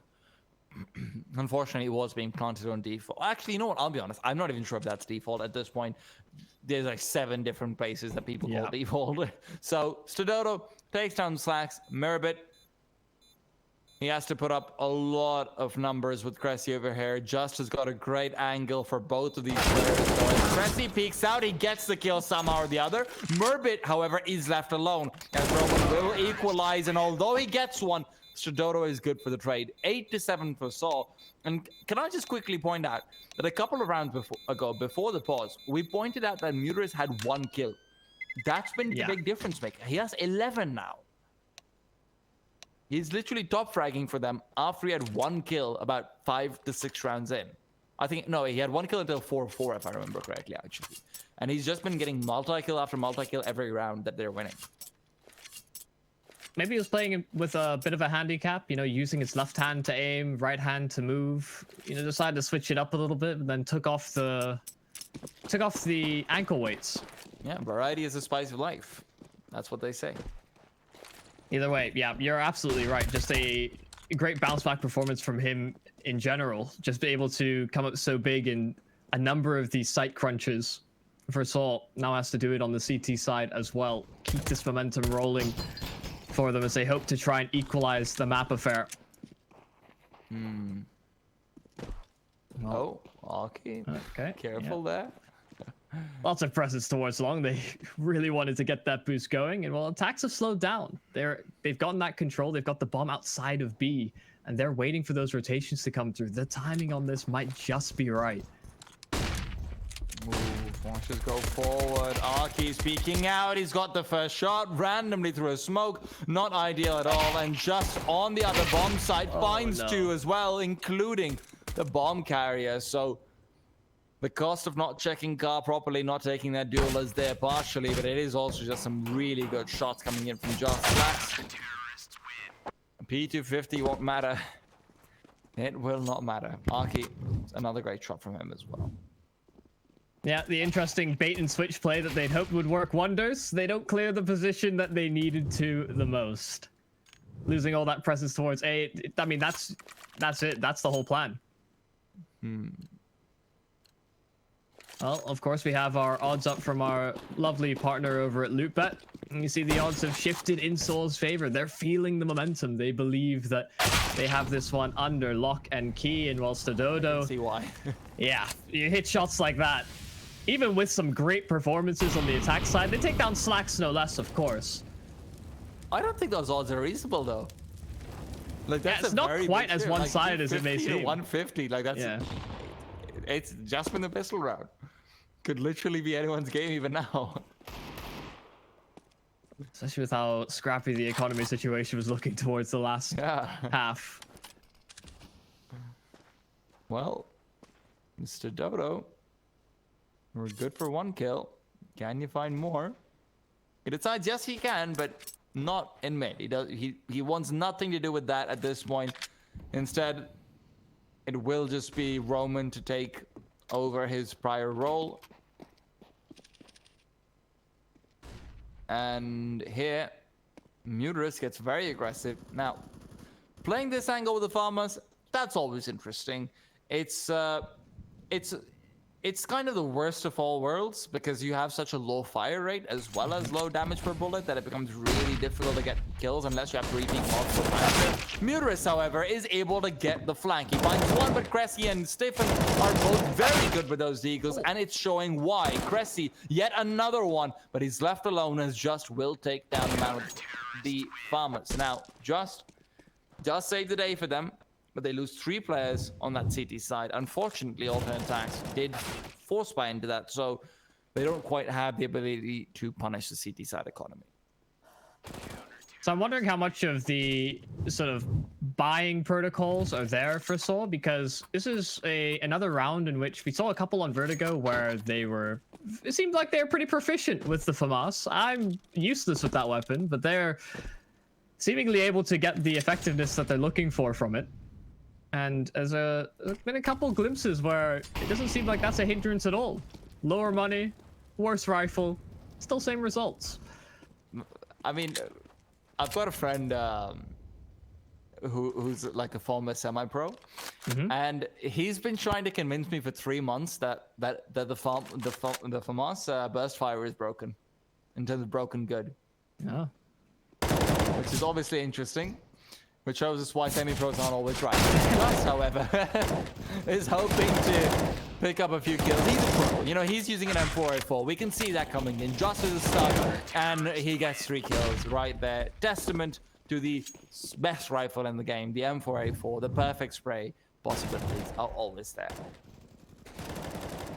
You know, maybe semi-pros aren't always right, like you said, but you know, the pros aren't infallible either. It took them a long time to clue into the Krieg. Oh, honestly, when you think back to it, it's ridiculous. It was there for 4, 5, 6, whatever years, guys. And the same thing happened with the CZ years before that as well. Yeah, and the Molotovs as well. We take a while to see change, but when it happens, it really, really happens. I mean, I still remember when Magisk used to buy an SG at times, and people were like, you suck. What are you doing? He's trolling. Yeah. Oh, this is a great recovery, by and large, by Soul. They've now got a bit of distance over ATTAX. Of course, now proper weapons coming out. The AWP back in Slax's hands. They've got a good amount of control. They have expended a fair amount of utility, but none that hinders their execute. I think they want to contest long, however, and Soul are still here in a decent presence. A couple of players still positioned over. The Molotov as well will flush any sort of presence back, and Arky's looking to get aggressive. I really like this play, especially because I think he's about to take Murbet down, and the second Murbet moves in, he is dead to right, like nothing else. But now Arky moves back, does avoid the damage, and with 25 seconds left on the clock, 3 players are coming in on the T side. Dodo sees flashbangs coming over, he's full blind, but so is Kronk, and Dodo's good for 1. Arky chucks out a flashbang, but he needs more support. Muterus is going to be trying to help him out from long, but that won't be an easy task as Slacks will find the elimination, but Muterus gets the return. Unfortunately, 1 is not enough as Just is left alone. He's been getting 3 kills round after round. This one, though, a bit more difficult, but taking the bomb out of their hands will definitely help. He comes in with another, and it could be, oh, goodness gracious me. Just, that's 3 rounds in a row, he's got 3 Ks. The first 2, a bit easier. This one, though, the 1v3. That is ridiculous. This man has infinite tokens, it seems, for 3 kills on a number of these rounds. Just, I I was ready to write him off. You were hyping up the play, and I was just like, I didn't see the 3 kills happening, but he catches each of them just completely off guard. They had no idea he'd be there that quickly. Oh no, I was ready to write them off too. I was just hyping it just because he's just been a beast. So I thought, you know, maybe. I appreciate that you could have just doubled down and just been like, yeah, I'm a genius. No. Anyone who's been watching me cast knows that is very much not true. That is ridiculous. I can. That is a round that should not be won by Just. Part of that does come down to alternate attacks waiting too long. Long though. That is for sure. Just he plays it perfectly, but a few mistakes there. Absolutely. Arky now, however, will find a quick kill through the smoke. Strong's not happy about that, and he's also not happy that Cressy is next to fall. Apparently, all of these kills are coming through smoke, all across the map, as we will see yet another 2. I think every single kill was through smoke, even if the kill feed didn't show it, actually. Yeah, it seemed like they just jumped slightly out of the smoke, so it didn't count. Arky got his kill full strafing as well. I'm upset. Sometimes it works, man. Sometimes it works. Well, this is a complete role reversal. Thought ATTAX were coming back in a big way on this map, but they've been halted in their tracks. SAR picking them apart, even on the CT side as well. Well, they've afforded up another buy. The early damage exchange seems to be fairly even, and they've found equal trades in the kill department as well. Seems like Saw, now that they've got this lead as well, far more willing to take a few more risks.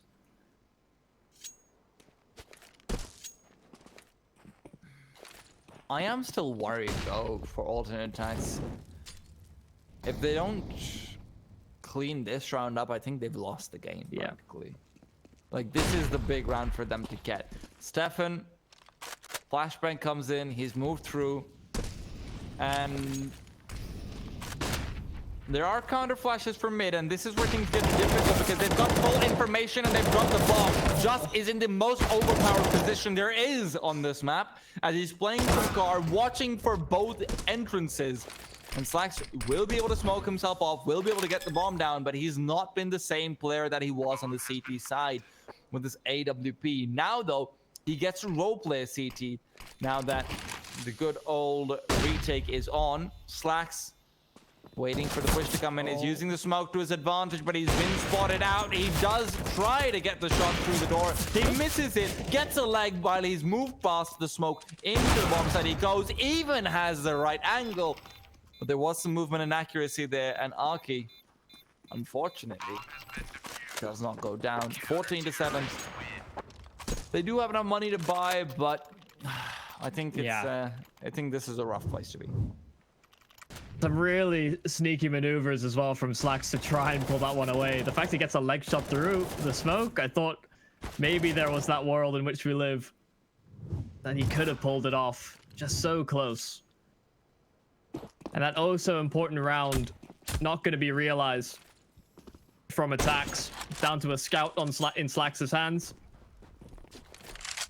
Well, there's still a lot of AKs, and they've got a good amount of utility as well. There's certainly not a written off round, but they're now in a position where soldiers need one more just to threaten the third map.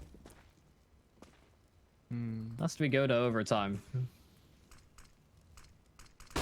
Alternate attacks have not had a single round on their T side so far, and you can see the difference in their stars' score lines as well. And I try not to read too much into it, but when Slacks goes from like 25 kills and a half to just 26 right now, something on those lines at least, it's obviously not ideal.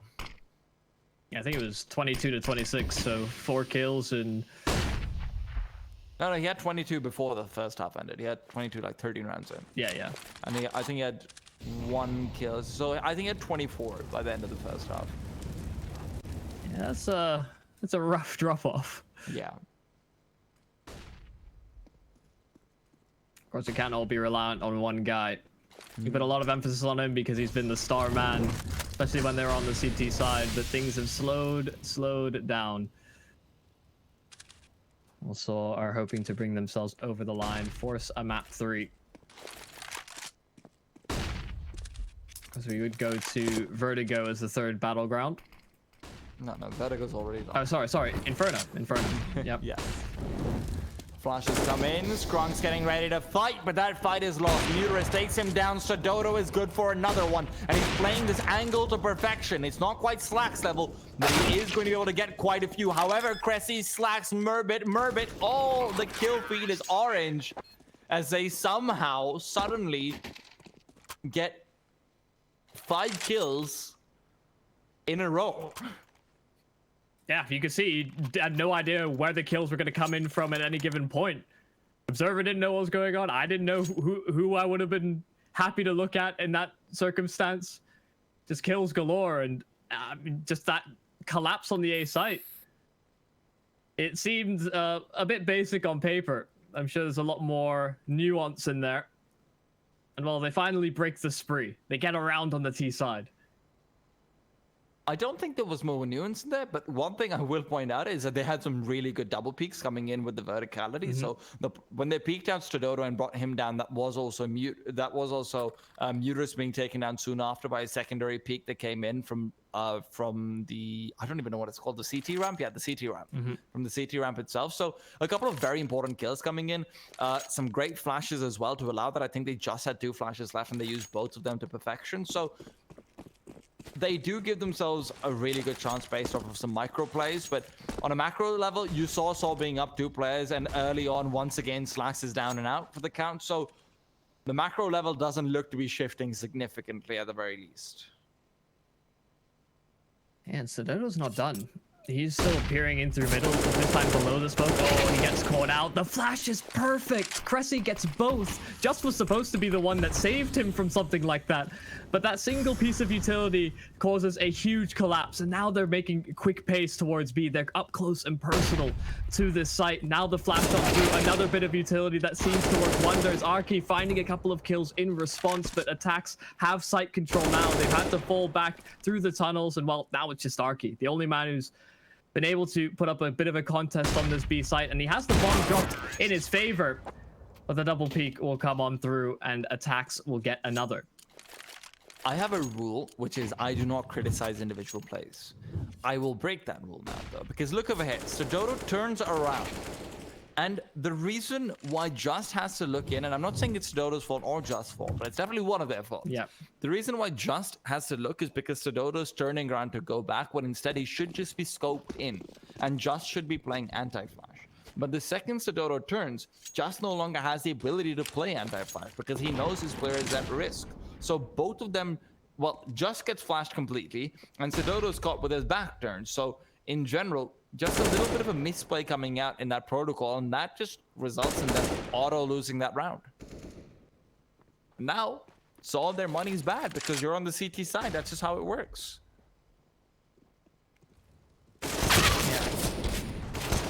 A good opportunity now for ATTAX to close that distance. Stuffing a couple of kills in through middle, and well, they sweep everything under the rug as fast as possible. 5 kills, no losses. They get themselves to double digits now within 4. Of course, the buy coming in from Saw means that they should be able to put up a better contest in this one. And hopefully they don't have, like you said, small blunders in which they seem to have a set play in mind, but seemingly chicken out at the worst possible time. Let's see where ATTAX line up. This time, not a default, very B-centric, and just as atop the boxes. Molotov, they hear the tagging, they know that it's going to be a B-sided play. Roman, the first kill in as they collapse onto this B side, but the crossfire is good. Just able to cover the tracks, make sure they don't get much progress onto the side, and suddenly Just slacks and Just gets the last kill he needs to. The man of many triple kills gets one more to add to the tally. He has some, I think he has like 5 pre-Ks by now. Yeah. 4 of them on this B site. Yeah. It's some pretty crazy stuff. How many kills is he on? He's on 26-15, and 15 of his kills are off of 3Ks. In this second half. Yeah, So yeah, it's ridiculous. We've been talking about Slacks a lot because he was like the star performer for ATTAX in the first half. But Justin's kind of just been flying under the radar, just doing consistent work. It's not been the flashiest. The 1v3 was a nice star level play, but everything else just seems run of the mill for him. Yeah, The now, Arky's always good for a kill through the smoke. He finds one quickly. Sedona was boosted up by Arky, will take down Skrunk next. And with the smoke coming out immediately, he knows he's so much more safe even to put forward. Now, he does take quite a bit of damage, but it won't matter. It's a 16-10, and they have completely... I mean, they demolished alternate attacks on that second half. Yeah, after such a one-sided affair on Vertigo, it's a great mental reset, it seems, from Seoul in general. I was sort of saying, you know, first time getting to cast them was a bit underwhelming as the first map, but it was just a great recovery overall. Even with sort of momentum shifting back and forth, we had a moment where it seemed like ATTAX had a grip on the game, and then right then and there, pulled from under the rug. So I saw quite a few rounds where ATTAX had the right read on the CT side. We continually saw them being able to pull out some fantastic stuff, being able to, you know, position 4 players on A the second that Saul went anything for like a blue bins push for getting a player out towards long, getting that control. ATTAX would just rotated 4 players over towards A. They played it perfectly. They were winning out rounds. When you switch over towards the T side, though, it is completely different. It's so incredibly one-sided because every time ATTAX tries to go for a play and any sort of map control, they're losing players before it even happens. And that was just really, really odd. Even the few rounds that they won, you know, let's be honest, they won a 5v3, which probably shouldn't have happened if not for a few mistakes. Then they won a round off the back of a great flashbang and a misplay down towards, you know, the middle doors. And then they had an anti-eco. So I wouldn't even say that they really particularly impressed me on any round with their macro decision making. And so I can say the absolute opposite for them. They were looking incredible on that second half. Yeah, and we talked a lot about, or towards the end, just how consistent Just seemed to be, and having a player that can just lock out a side of the map so consistently, that does so much for your CT side. You can play a bit heavier towards middle, you can put a bit more emphasis on A as well. It didn't seem like there were any real weaknesses from the Seoul CT side, and that's just a huge testament to why they have a great win rate on this map in particular. I think it's up to 88% right now, though, but we do have still one map left to decide. It is a 1-for-1 as the HUD predicted in the very beginning of the game. And we're going to be going to Inferno. So we'll be back in just a bit. So stay tuned. Malta Vibes back in a bit.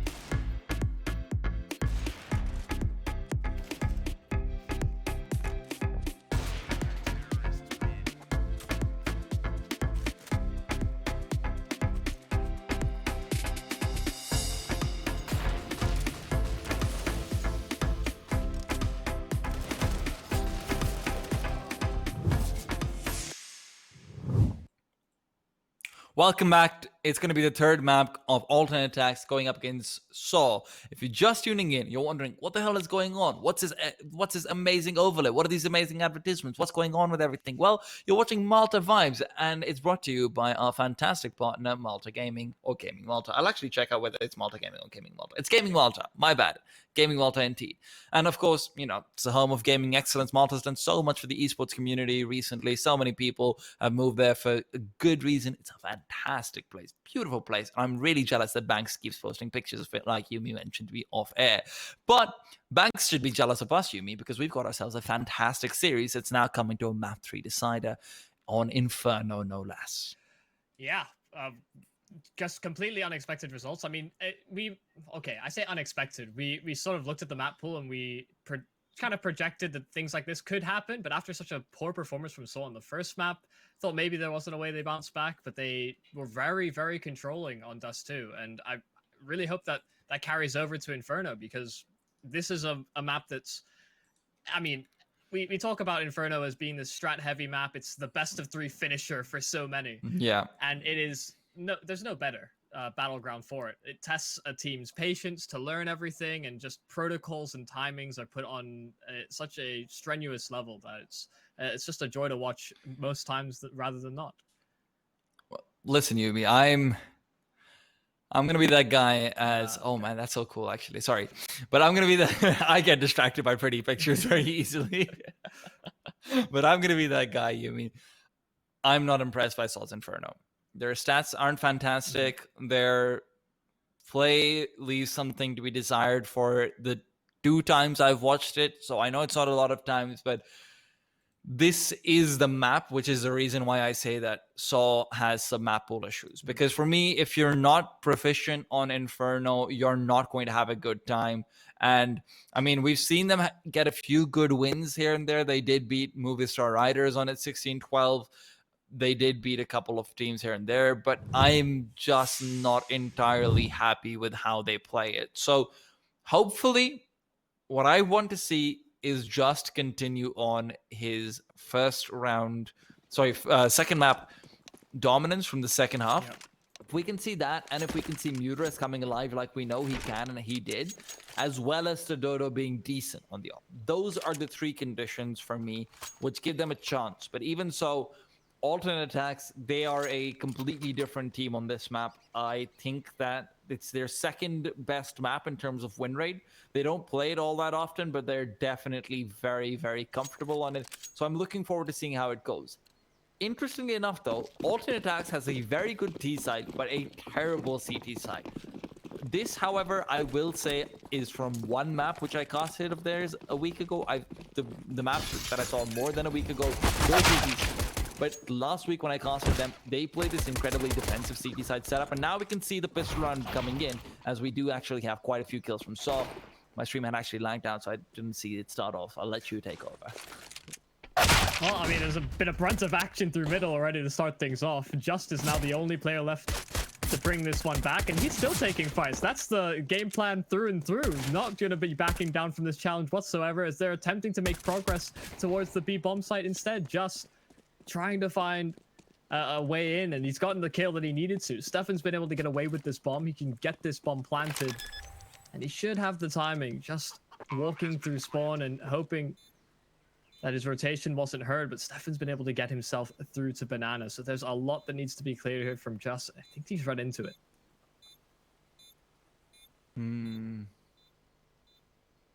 I'm sorry, Yumi. I'm going to need to carry my stream suppression to try to reload it. No. Well, Stefan, in spite of just being able to read that, it still wasn't enough. Stefan able to get the kill necessary. ATTAX take the pistol round, and we have our odds on screen for you by our partners over at LootBet. And well, it seems to favor the ATTAX side as well. Kind of what we were talking, or leans into what you were talking about, how Saw's Inferno may not be the most impressive. And well, the LootBet guys certainly agree. Oh, Arky, nice bit of tag damage onto our Stefan to start things off. And well, the forced buy from the CT side is a repetitive point, as it has been through this entire series. They're not shy from doing it. Of course, that sort of initiative and battle of just that early game economy is a seemingly big part of both these teams. Production, if I can steal your air very quickly, could you check out the TeamSpeak? Hey, these things happen. It's online, guys. Yeah, it's not just a wire, unfortunately. Yeah. Distance makes the heart grow fonder, though. I miss a LAN. I do. But these lovely online games will keep me sane. By and large, sometimes. Sort of. Yeah, sometimes it's the other way around. I mean, we take the happy apple over the sad one any day. ATTAX, fast play through middle. They do get a lot of control early on, and while they're collapsing on this A site, there's still a whole number of angles to clear. These pistols and the scout are doing so much damage. So tag after tag with the scout, and these pistols are sweeping up the rest of the kills. It's just Strunk, 4 players against the 1, and Saw get it done. It's the force buy, of course it is, that takes it and equalizes the game, and ATTAX not going to be too happy about that. They thought they played it patiently enough where they had enough control where they were happy with it, but instead things all fall apart, and it all flips on its head, similar to how things went on Inferno, Vertigo. I keep getting the two mixed up. On Vertigo, where ATTAX lost the pistol and won the subsequent round. It is exactly that for Saw, and maybe we get to see a rare instance where Saw may impress us instead. Still a lot of utility being thrown by the Saw camp. Of course, they know that it's going to be an eco round from ATTAX, no bomb plant, so less of an incentive to buy up too much into it. But of course, we've come to expect it. They have pistols, they have utility. The only one that saved a bit of cash is Slacks, as he's affording for the AWP in later rounds. And while I know people may get tired of hearing my voice, I think it's yeah, you just need to chime in every once in a while. Give me Great round from the team that won. An ooh, an ah. An ooh, ah, ooh, ah. All right.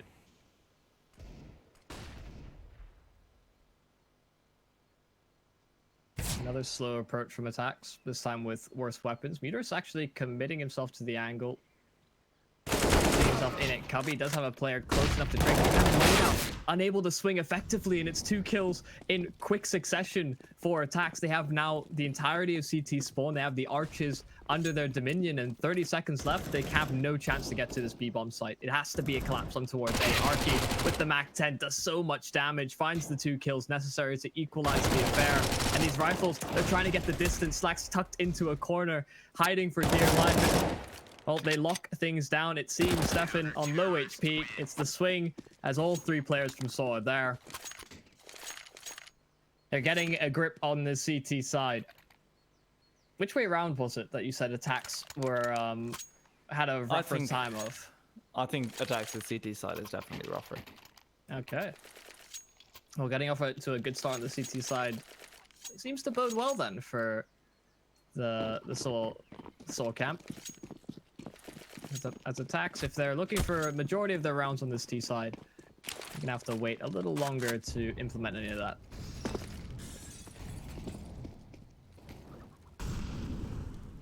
You're doing a great job. Thank you. I'm sorry.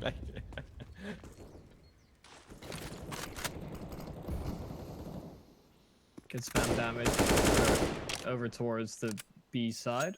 Actually, only a bit of nade chip. But still good control taken. Oh, and okay. Meteor's just spidey senses tingling, spams through the smoke at just the right angle, and they keep all 5 up.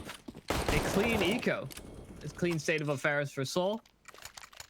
Good round to boost their money as well, and ATTAX, and this is what they've been waiting for. They get Slacks on the AWP, they get the rifles, the utility, so that they can take mid control, get a bit more presence over towards Banana, because by and large, Saw have been able to get that for free. And we'll just have to see if the rifle implementation is the only hindrance that's been thus far. Them walking into the pistol stack after winning the pistol round. Suddenly around they are quick to get, and oh, just aggressive over towards Banana. Very quick trade from Stododo. Flashes exchanged, but neither of them thrown when each of the teams really wanted them. The players blinded up just after the duels as opposed to while they were taking them. And Cress is looking for a bit of space over towards this A site. Not going to be given a duel, however. So now it becomes a case of where do attacks go? They've thrown a lot of equipment over towards Banana. They know that it was a one-for-one exchange. They don't have the information that Saul fallen back, so expect maybe they probe in, check to see that that top barrel's position is clear. Maybe work a player up. Seems like that is the decision that they'll make, moving in with now the brunt of their forces. No lurking player this time round, so no early indicators either that it will be a B or an A-sided hit. Playing far back from these angles, nobody going for an information, playing with 30 seconds left. The smokes and flashes fly out. First one of contact or not. Stododo above. He gets the spray transfer through the smoke. 2 kills. And Slacks with that AWP that he's been waiting to have in his hands for now 4 rounds is left to simply save. There's no chance. Well, I mean, Slacks with the AWP is always someone who can pull something out of the bag, so you can see why they're going for that for the next round, but obviously a little bit harder to make it work properly on that T side. So far, not quite been having the same impact that you'd want them to either.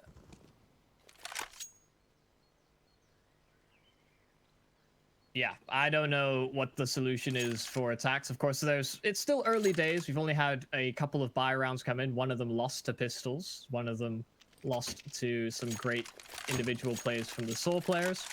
And just playing off each other as well.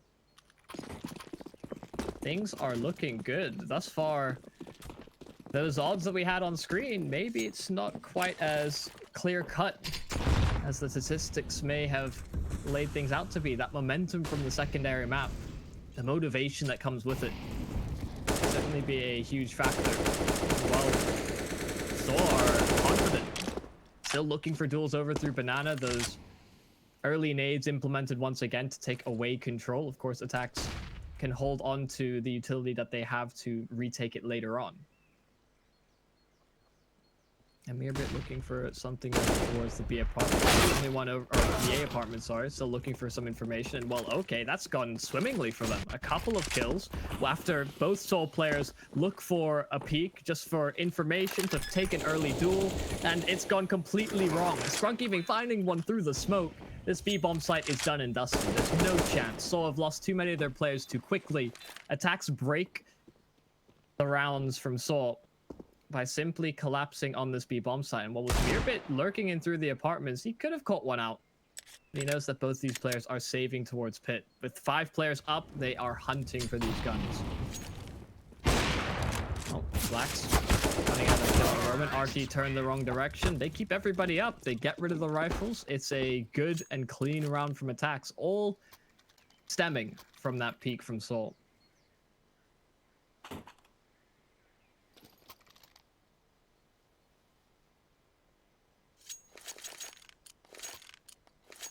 Six rounds pass, now a timeout called from Soul. They've been the ones that have been throwing these around throughout this best of 3. Attacks, they don't care. They don't need to think things over. They're a do more kind of team, it seems. Although you'd think the opposite would be true, to be honest. Also, attacks generally considered much more tactical than most teams at this level. Maybe just not taking advantage of it so much. They're so experienced. Their mind moves about 50% faster than mine, probably. At least. I would hope so. Wait a second.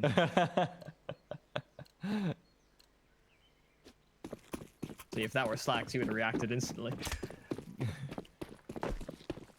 Still good signs. Stododo now on his own AWP.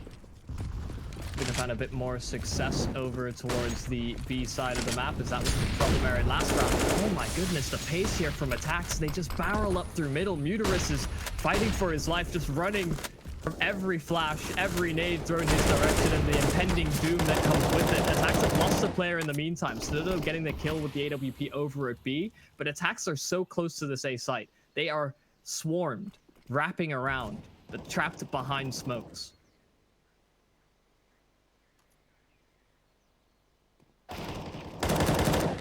Ooh, Arky.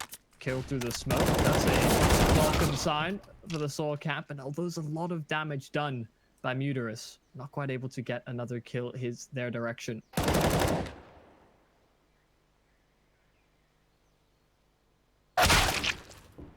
Ooh, another kill for ATTAX. They're slowly dwindling the resources here from Soul. Stodo as well. He was holding the angle, but the wide swing is successful. They have all the ability to wrap through spawn, get towards this B site, and set up in post plans because they have to clear every covert, every nook and cranny of this CT spawn, and that slows them down. They don't have the utility to make this work either. Just a couple of kits on these players, no nades to close that gap, and with Mirbit on the AWP, that's a huge, huge issue. Still very separate play from the ATTAX players. Stefan tucked in, Mirbit locking down Banana. With the timings being so far gone, Mirbit now turns his direction towards the site. He holds the cross, he gets Roman as he attempts to cross, and Stefan gets the secondary as well. They work and find the individual frags that they needed. And ATTAX are on a bit of a run. Now a bit of a run, 2 rounds, sure, but there's just the fact that they get slowed down this significantly and they're still able to pull one out of the bag. They're hitting a better stride now.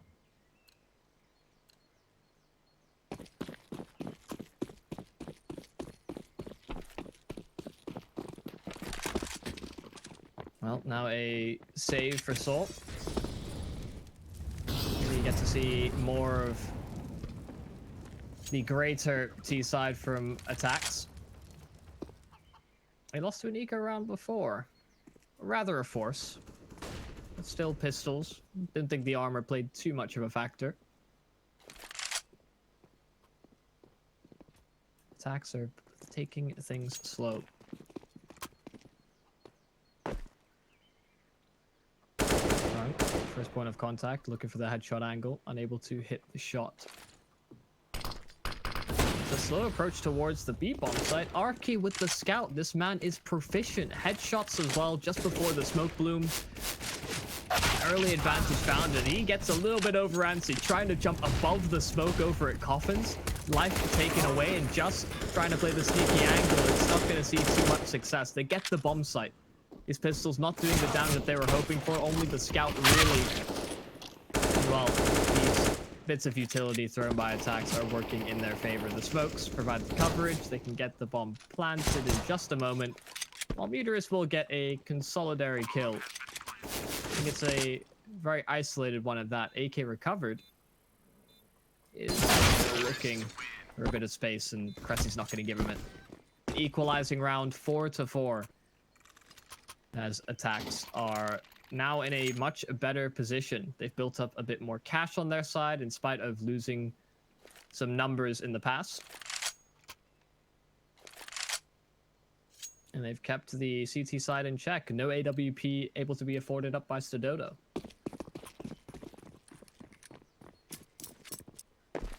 Just an opinion piece. Do you think... I mean, we've seen some good performances from Slacks, but Stodo, Slacks, you have to give it to Slacks, right? I mean, they are slightly different operas. I think Stodo is probably a better T-side opera, which is where things get interesting. Slack's obviously very good at repositioning and whatnot, so that's always good to see. But I think it's definitely close, and maybe you could edge it out. Okay. See, with me seeing so few games of Soul, not witnessing things firsthand, I have to lean towards Slacks. Far more familiar in aim. As I'm sure that's the case for many. Soul has been surprising, like we said earlier, sort of hit and miss at times, but when they hit, they do some real damage. We'll see if this scrappier buy works in their favor. They've burned quite a few of their smokes already, but with 45 seconds left, ATTAX looking for a bit more room, pushing back through middle to force the CT side to play within the sites. There's no real time to go back. They don't have any pressure towards Banana. They don't have a lurking presence, so they'd have to clear out all those angles once more. So it has to be an A site committal. And there hasn't been an early rotation from the CT side as of yet. So are playing contented, hoping that these two B site players lock things down. And the A site is under fire, however. Arky, first shot is good. That's the bomb dropped and exposed. They don't have the time for this. It's Arky just playing the time, playing in the corner. The bomb finally being dialed in, but Arky's full committing to the planter, and he gets it done. Still Cressy alive, but it doesn't matter. ATTAX lose on time because the bomb goes out first, it gets dropped, and there's no real contingency plan. And I'm back. Only took me 9 rounds. Well, but it's a welcome sign. You take it away. Oh, I'll let you have a bit of a break. But, you know, from the looks of things so far, nice and back and forth, exactly what you want. So, dropping the ball a little bit in the past few rounds where they've allowed ATTAX back into it, but they did at least get the previous one with a decent amount of guns saved away. So now, you start to look over towards ATTAX going for the default again. Now, this is where things get interesting, because they were considering sending 2 players aggressively over, but it is not to be done. In the meanwhile, 3 sets of Molotovs over towards Banana, but they won't be stopping Stododo from getting that first peek. Blind or not, Stefan goes down there. Yeah, another round in which he's been able to get an opening pick with this AWP as well. He hasn't really been a focus for ATTAX either. They've been putting most of their pressure over towards middle, and Middle is trying to get a couple of kills. They lock things down here for Saul. The crossfire over from the arches to porch, played to perfection. And just as a small tidbit, as you were talking, Cressy, he tried to get into the apartments, tried to open the door. There's a chicken on the other side. I can't not laugh at that, ever. Well, I mean... It's weird that they have collision, is all I'm saying. Wait, you can collide with them? Well, just the fact that they block some of the door physics, if the nade hits them, it'll sort of affect the bounce of the nade. What? I didn't know that. Things like that. Cool. Also, there is no door to open in apartments. Oh, sorry, into the T-side apartments. Oh, all right, fair enough. Also, I've seen on this map in particular, I saw an instance where a flash popped behind a chicken and it didn't blind the player on the other side. It's kind of, yeah, it's actually broken. Ooh. Arky. He's been hitting some nuts shots. That is definitely one of them. Skunk always has a chance to quickly get a 1D in, but can't quite use it. 6-4 and alternate attacks. This is where the disadvantage of not having loss bonus starts to kick in for the T side. Even in the next round, they're not going to have anything fantastic. You know, still only a 3-round loss bonus, so you couldn't see them buying down to that 1500 mark that has become so much more popular, which allows you to get a bit more utility with those deagles. So now they're going in practically dry. Stododo, though, playing from Coffin, and the smoke is used to it. CT, they pushed right through it, and they should have been able to get the kill, but just is too good. 5 versus 2. Bomb will not be planted, and Stododo will take down Stefan, even if it is a little bit awkward. Speaking of awkward, though, how does Just not die there? Yeah, he's a slippery one. They weren't able to firmly get a grip of him, just being a bit elusive, just running around. I've seen a couple of instances like that in this best of 3. Just slippery plays. We saw one from Slacks on Dust 2. Trying to get things done. And I mean, he gets away alive, so really no fault. I imagine, though, if his teammates had gone down, it would have been, Just, what are you doing? Just please commit to a fight. Slacks takes out Arky, flashbang or not, Just does commit to a fight right there, and he's gotten very aggressive this time. Counter aggression works for him, and with full banana control, 3 players over towards the A site. This should be a very straightforward round for the CTs, as long as they hit their initial shots. Merbit, not sure if he was trying to mask. I don't know, was he trying to mask this out of him jumping? I think so. I think that's the idea behind it, but I think you've got to do it mid-air then, though, because he did it before he jumped. Surely a teammate has to, yeah. I mean, maybe with a Glock you can. Oh, but then we're just relying on jumping RNG. Yeah, And but that's it's a Glock though. It is a Glock. Just burst fire it on, man. Well, Roman is going to be in a very difficult place to rotate, and that's leaving Just all on his lonesome. Sodoto can support, but by the time he comes over, the smoke is already there. Just finds a kill, wants a repeat count, but there will be the double peek. Cressy to take him down before the double peek is even needed. 3 versus 3, and Sodoto's come in towards Coffin. Slacks, however, good for a kill in the background. He's going to be getting even more aggressive, knows that there should be another player here, but he's got his knife out, pulls out the op, and now it's all his game. Sodoto, 1v3. The question is, does he get to back off the safety? Because the money on the CT side is decent, but not great. You can still find yourself stuck in a place where, you know, in a couple of rounds in, yeah. you end up not having money at that good old 7-6, 7-7 point. So not the best place to be, and Sodoto will not be able to save. It goes down, and that will be Alternate Attacks taking their 5th round on the board. And we were talking about a little bit how attacks are probably better on their T side. What kind of a scoreline do you think we're looking for here? Because if we're saying the CT side is a bit on the rough end, then... Well, let me throw a disclaimer first. Sure. Their sure. CT side is just, for me, it's weak because they don't take advantage of Inferno, but they're not fundamentally. Gotcha. So you're not going to see them getting aggressive, and that becomes very difficult against some teams. The question is, can Slow exploit that? Because right now they're exploiting the hell out of Alternate Attacks. 4 versus 3, Sodoto's reposition. He's in a great spot to keep on firing through, and with Muterus on the sidelines, able to provide more and more support, things get interesting here. Sodoto has got to hit the first shot though, and the flashbang comes in, he misses it because of it. Muterus though, pushing through the smoke, finds 2, and Slacks might find the 1, but it's still a 3v1, and Slacks, well, he was hoping to be able to reset Saul's economy at some point, but this seems to be the impossible situation to be stuck in. Slacks can't even scope in without revealing himself at this point, and Arky's got such a nice little hairline angle to take him down from 8th round on the board for Saul. And Alternate Attacks, like I said before, money bonus wasn't great initially, and you can see it now being reflected in their buy.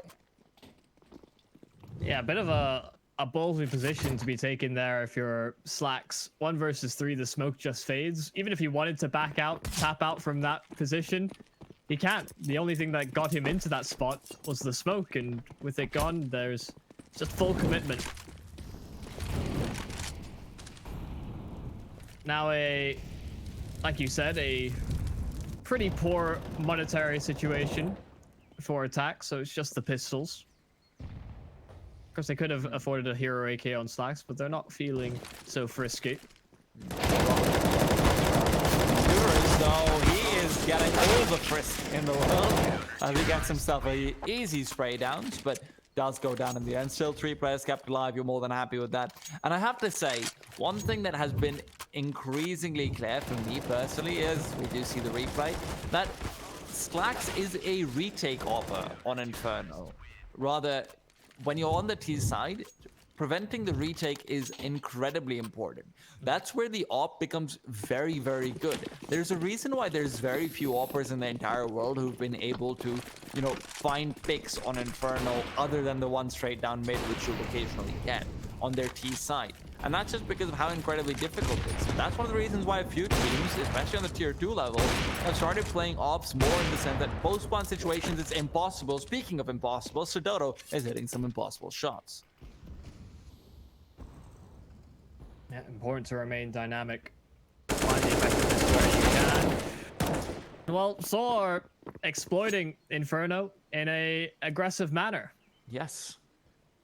I think we'll touch upon that more as we edge closer to the side swap. Just about on the boost, able to get the 1, does get traded out. There is no more site presence available for Saw, so this can get dialed in, but they hold a significant man advantage. Just Mirbit and Slacks, and well, maybe that AWP can find these retake kills, preventing them from getting the distance necessary, because Mirbit may be left on an island here. Oh, Slacks finding that kill. Important over here. Like I said, post blunts is where he should excel, and we can see it already. Merbit swings out though, and it's left in a 1 versus 3, which is just not going to be an acceptable place to be. 10th round for the CT side, 10-5. Fantastic half from Saw, and they're showing no signs of slowing down. Yeah, impressive stuff from them. Just being able to, I mean, one, they won a force buy round to sort of swing things. Sure, that happens, but didn't stop from there. Didn't just have that one off and then ATTAX ran away with it. Instead, it was very much sort of back and forth strings of rounds from both teams. But Saw predominantly came out ahead. If they lost the round, it's primarily because they'd lost early duels and just couldn't rotate effectively. If they played the round out slowly, if they had the utility down, then everything was going fine. And you could see the odds reflected by our lovely partners over at LoopBet. They think Saw has a very, very good chance of taking this. And I can see why. They've been impressive. Especially when you consider what a swing it is from the initial odds that we saw. LoopBet's definitely... Oh, actually, hold that thought. Scrunk goes down to some nades. Now they turn around to catch their back, but their back is catching them instead. Cressy with 2 fantastic shots, and although he's smoked off, Sedoto will not be in a great position to do much else. Maybe he can run past to the other side, but without the bomb, you can't plant it. So the question is, can they take the bomb and sneak off to A? Is that really what's going to happen? Theoretically, it's possible, but they're scared to move. Muterus has no idea where they are. Roman has to come and clear everything. Oh, they're expecting that ATTAX will rotate back to A because they're thinking that ATTAX is thinking that they'll be in A. But ATTAX... I don't know who's mind gaming who at this point. They're both mind gaming themselves. Well, it seems like they're making the right call. The only player that stands in their path is Mirbit. He's committed to the site, but the rest of the CT side predominantly leaning towards B. That smoke should give it up, though. Now the rotation should come through. The limited utility that could be afforded into this round from Saw has been thrown. And Roman, this is an important kill. You cannot let Mirbit stay alive or even find a frag in this position, but he finds it regardless. Muterus now boxed in. There's CTs everywhere. Mirbit takes him down and ATTAX. It's an unconventional pistol round, but they'll more than happily take that. I'm not quite sure what to say about that, other than that's just the ultimate, no, you rotate. No, you rotate. You can't tell me what to do. Yeah. I am my own T side. That's very strange, but unfortunately, unusual rounds are not what will get Saw the wins. ATTAX do come out on top, and they pull out 3 MP9s after that. Now, Saw does have quite a bit of head armor, so maybe they can get something to work out for themselves. ATTAX still going for the good old Astralis mollies that have sort of fallen out of fashion just a little bit. Partially because of Garrigan's new smoke, which is just so incredibly simple to throw. You just bounce it off the wall and it extinguishes half the threat of the mollies. Well, the initial kill found towards B, so they'll accelerate in timely manner. Stefan, though, through the smoke he'll go. We talked about some sneaky little plays that can be done, and Cressy, run and gun with the FAMAS, gets one, traded immediately. I don't know what to say. There's strange things happening all around the server. Slack's getting teased a little bit, a jump across, but he hasn't found anybody else. Knows that there's someone in towards triple, and dark as well, so the nade will sail over. These players are tagged down so low, and it's only 5 and 10 HP between the last 2 Soul players, but it's Slacks now in the 1 versus 2. The HP advantage in his favor, but he's on 5 HP himself. The Deagle less effective in these duels, and well, the SMG will get it done. Slacks pulls it through for ATTAX. These rounds are chaotic. What is going on?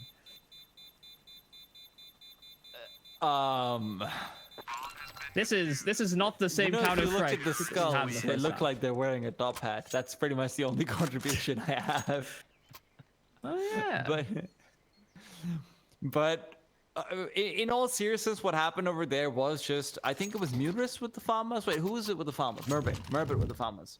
Merbit just pushes forward a little bit too much with the farmers. The problem over there is, unlike the M4A4, and I say this time and time again, one of the biggest disadvantages of a FAMAS is it is so weak to flash shoot through a smoke it is so weak to push through a smoke. It Slacks takes down Muterus early on, very important kill to get, because of the fire rate just being terrible. Yeah. And you saw it over there. Once you lose control of the spray, there's not really the chance to bring it back. You have to be perfect with the spray, and even then sometimes it doesn't work. Speaking of perfection, Slacks is getting back to the good old Dust 2 days, where he's just getting a kill, repositioning, getting a kill, repositioning, and maybe this will be no different, as Murbit's gotten a flash over from Cressy to allow him yet another kill. 5 versus 2, some good stuff, especially when Slacks can jump through with that AWP and take down Just. Right, we're back into the Counter-Strike I'm familiar with. This is a much cleaner round from ATTAX, just shot after shot being hit by Slacks, like you said. And just using good flash timings as well, giving up a position, making sure to not leave it uncontested. While they may have lost track of Arky, Stefan still has his number, making sure his teammate doesn't get pushed in through middle. So 5 players stay up, a good economic round for that CT side. Well, Saw can't really buy up into this either, so another opportunity for alternate attacks to accumulate a few more here on the defensive end. I'm curious to see whether alternate attacks will go for the double op later, because it is very risky economically on Inferno, simply because there's so many angles where you can just easily get flashed out, smoked off, and although the op also has a lot of great angles, as Slacks gets run boosted across, finds a shot, but not the kill. I personally prefer it when the run boost is saved for like an anti-force buy or an anti-full buy, but, you know, style points for style points. Maybe they thought there was a force buy. Yeah, I just didn't want him to get caught on the cross either, but I mean, who knows? Yeah.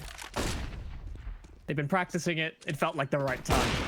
Well, and he's got the right timing in towards the arches as well. The bomb has passed. It has made its way in through library, but Okay. Cressy, oh yeah, kills everyone it needs to.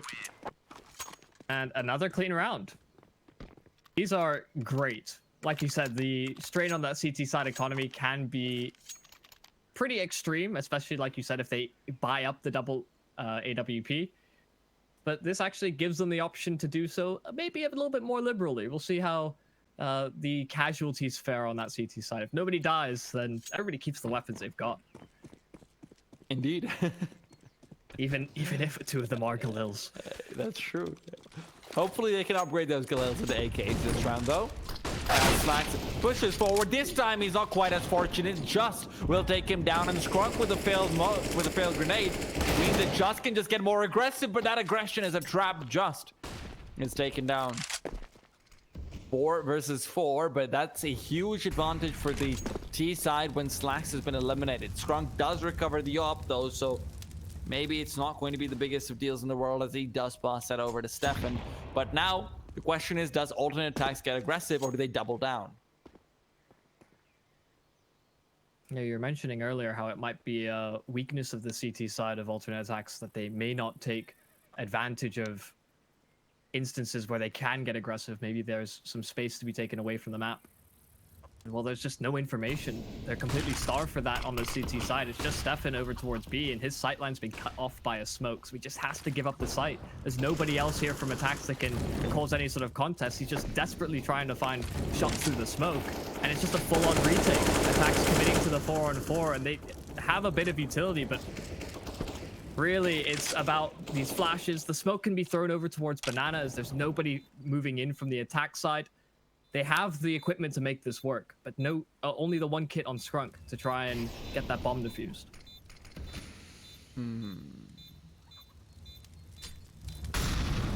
You still have to be worried with Stefan on the off. It's not going to be easy, but he's come through with 1. Muterus is here for more, though. He gets a second before Scrunk takes him down, and Arky's in the perfect position to keep Murbit under lock and key. Roman can peek out and he do what he wants. He goes down at the end of the day, but so are happy with the round, although not quite happy with how many players are left in it. 11-9, every single T-side member falling. And alternate attacks, now you go up against a pretty weak buy, actually. Yeah. Yeah, you have to make the sacrifice, right? Either you commit to the AK and armor and you suffer on a few nades, or Galils. Yeah, Galils. And that's what the timeout's all about. Now here, though, I'm very curious to see how Slacks adjust, because it's impossible that alternate attacks don't have a read on this money. They should know exactly what's going on over here, and Slacks should know that there's probably not going to be that many Molotovs. I would really like him to just get aggressive, take a peek into second mid, and that's a very risky maneuver to go for. But that's kind of that's a side of Slacks we've never been able to see. And just for my personal happiness, I want to see that. Not even because it's good. I just want personally be happy. He has a spawn for it. That's true. That's exactly why I was thinking about it. So let's see how it goes. Maybe just a peek down mid, and it seems like it will just be a couple of smokes coming in. He does. Okay. He thinks about it. He thinks about it, but does end up deciding against it. Oh my goodness, good damage there from Skrunk, spamming the boost just to make sure that if there was anybody there, it'd suffer, and that's exactly how Stododo feels. I think he heard him jump onto it too, honestly. With all the chaos and the nades, I know I would miss that sound cue. Who knows? These guys have heightened senses, Muterus smelling the fear in Slacks as he falls in towards the arches, but Cressy, what is that? Just runs through the smoke, and there was a flash alongside it, but Cressy finds another. He's causing havoc over towards the arches, and while the site is open for Saw, they've lost heavy numbers. Remember, this retake is still with a couple of players who are incredibly weak and very little utility, and with that nade not finding too much, it's entirely possible that this 2v4 ends up against him. Now, just finds one, damage onto another, but Roman has to play this hairline angle perfectly, and there's players coming from all sides. There's Stepan on top. He's expecting him, but he can't get the kill. 10th round is there from alternate attacks, and I have to say Cressy is the ultimate savior, but at the same time, Muterus gets a little bit too scared there. Slacks goes down to 25, and Muterus keeps expecting that Slacks will actually be re-peeking him. That's why you could see him jiggling out those angles and taking so long to get the initial peek. It gave Cressy enough time to push through that smoke like a madman. Yeah. And it's perfect for him as well, because Muterus is the only guy there. There's nobody covering for any sort of a play like that. The second kill that Cressy gets, though, onto Apartment, that was crazy. He gets a back off into Moto, looks directly into Apartments, gets another one, and gets away with like 2 HP left. That's insane.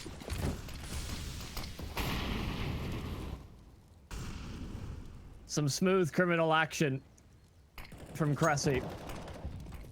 Double digits secured from ATTAX, and a weakened buy from Saw to contest. They do have nades. They are using them to try and clear out some of these angles. A chunky nade over towards Banana. And Skrunk is in a pretty rough spot here. Can play around this smoke. Knows that they are lingering on the other side. So that's what the secondary smoke is for. Just to allow him to escape. Sanctuary of the bomb site. They're giving up some space to Saw so that they can get an execute underway over towards B. Stepan has been boosted up, he's not finding anything, they're just not crossing. That's a perfect decision to make.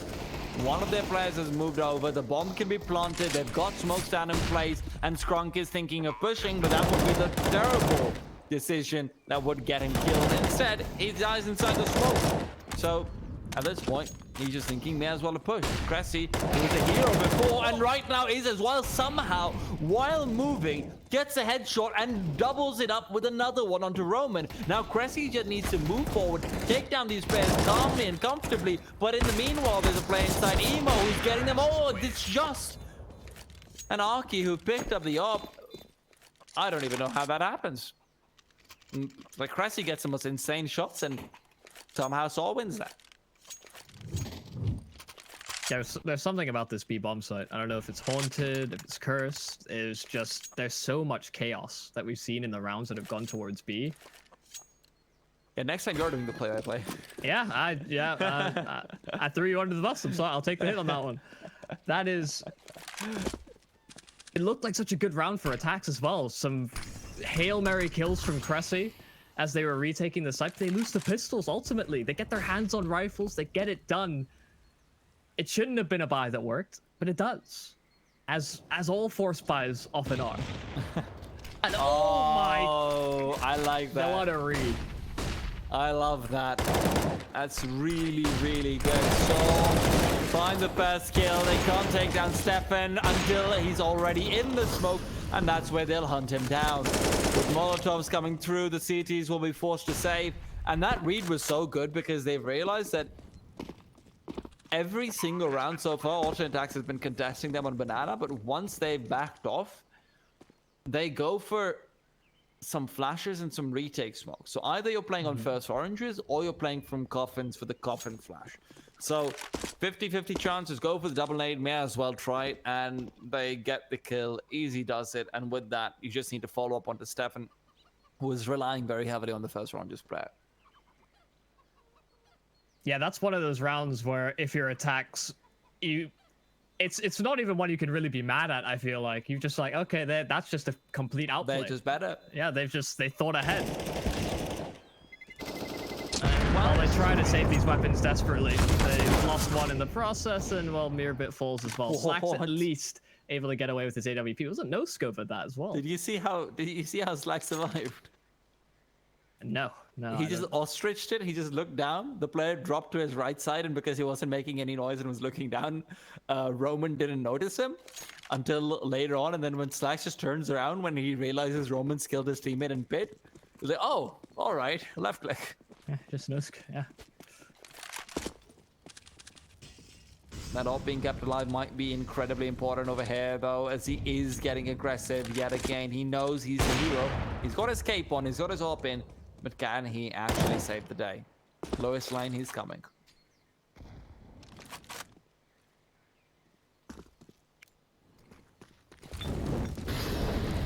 Okay, that's reasonable.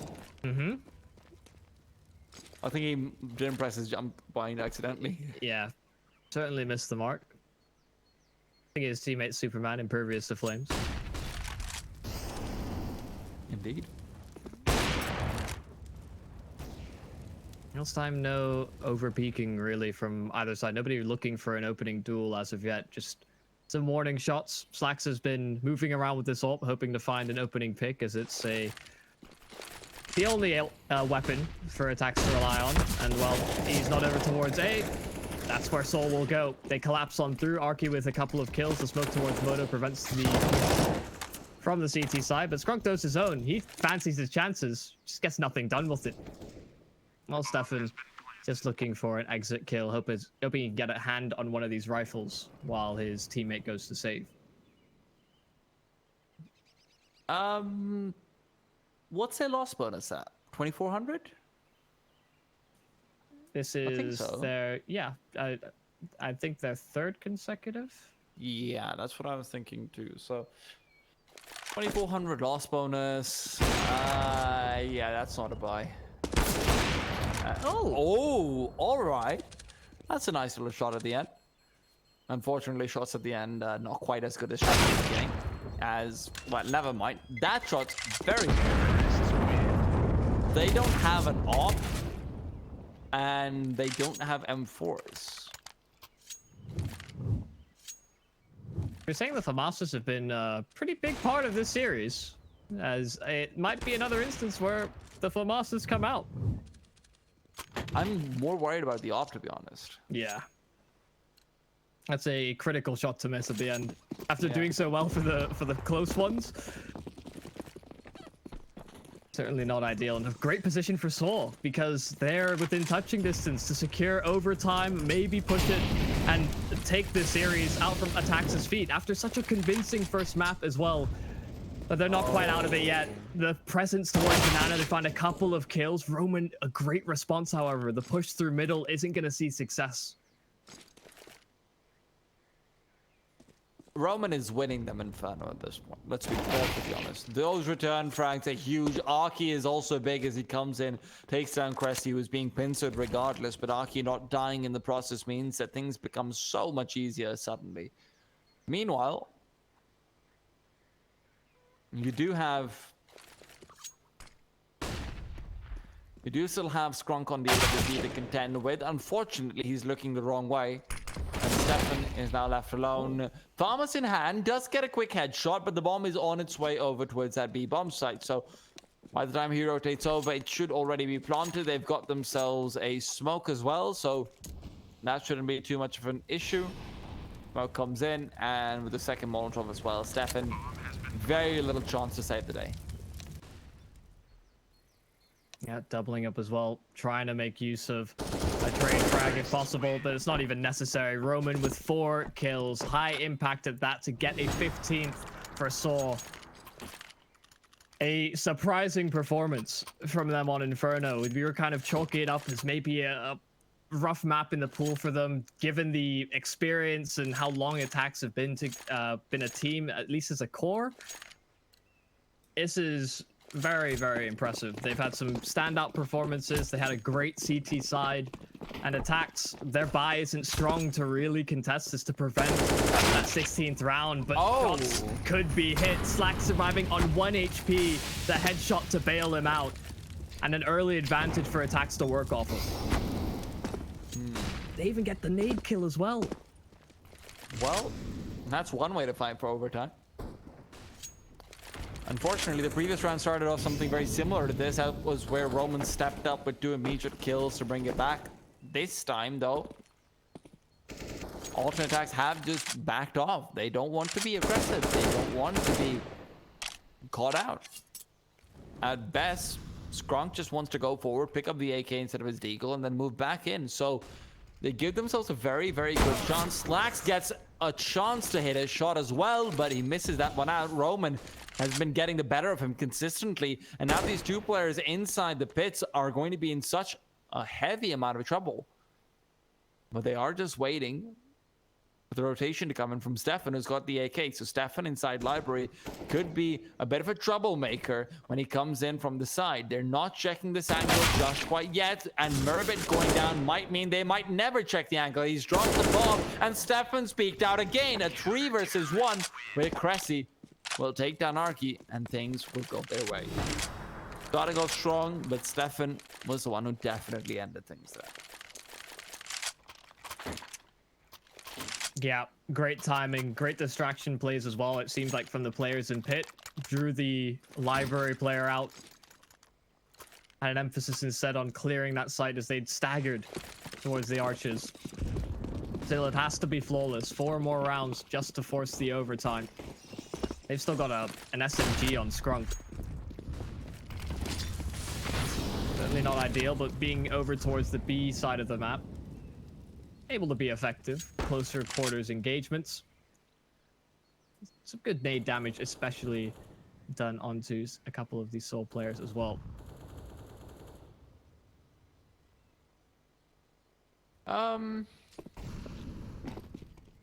The only real thing that Saw has to be careful of over here, Yumi, though, is the nade damage. Let's be perfectly clear about that. They don't have very much stopping power from alternate attacks outside of just getting good counter flashes in and peeking. On the bright side, there are only 3 smokes. I say only, but that's quite a bit for 55 seconds left on the clock. There's 3 smokes on the T side, so if they go for an A side play, which seems to be what they have in mind, the rotation timing from Cressy will be crucial. 40 seconds and Saw's not being given any information. Without that, they're having a hard time deciding where they want to go. They've chucked out a few smokes over towards the B bomb side. That's a fake coming in. There's 2 smokes been popped, but with 3 players there and Roman getting a kill, they're really selling this fake. They should even maybe be able to find Slacks, who's very far forward in towards short. But Mollies go out, 20 seconds on the clock. Slacks is playing next to the clock. He needs to come up big. Merbit's been spotted out. Merbit gets 1, and can he get more? No, Spadodo. Immediate headshot is there. Slacks next to fall. RQ expecting the angle, and in a 4v2, Saw look to have unlocked this site, unlocked the game, and unlocked the series. Stefan is left alone to do what he can, but even that shouldn't be too much. They might have just done it. Stefan, what are you made of, sir?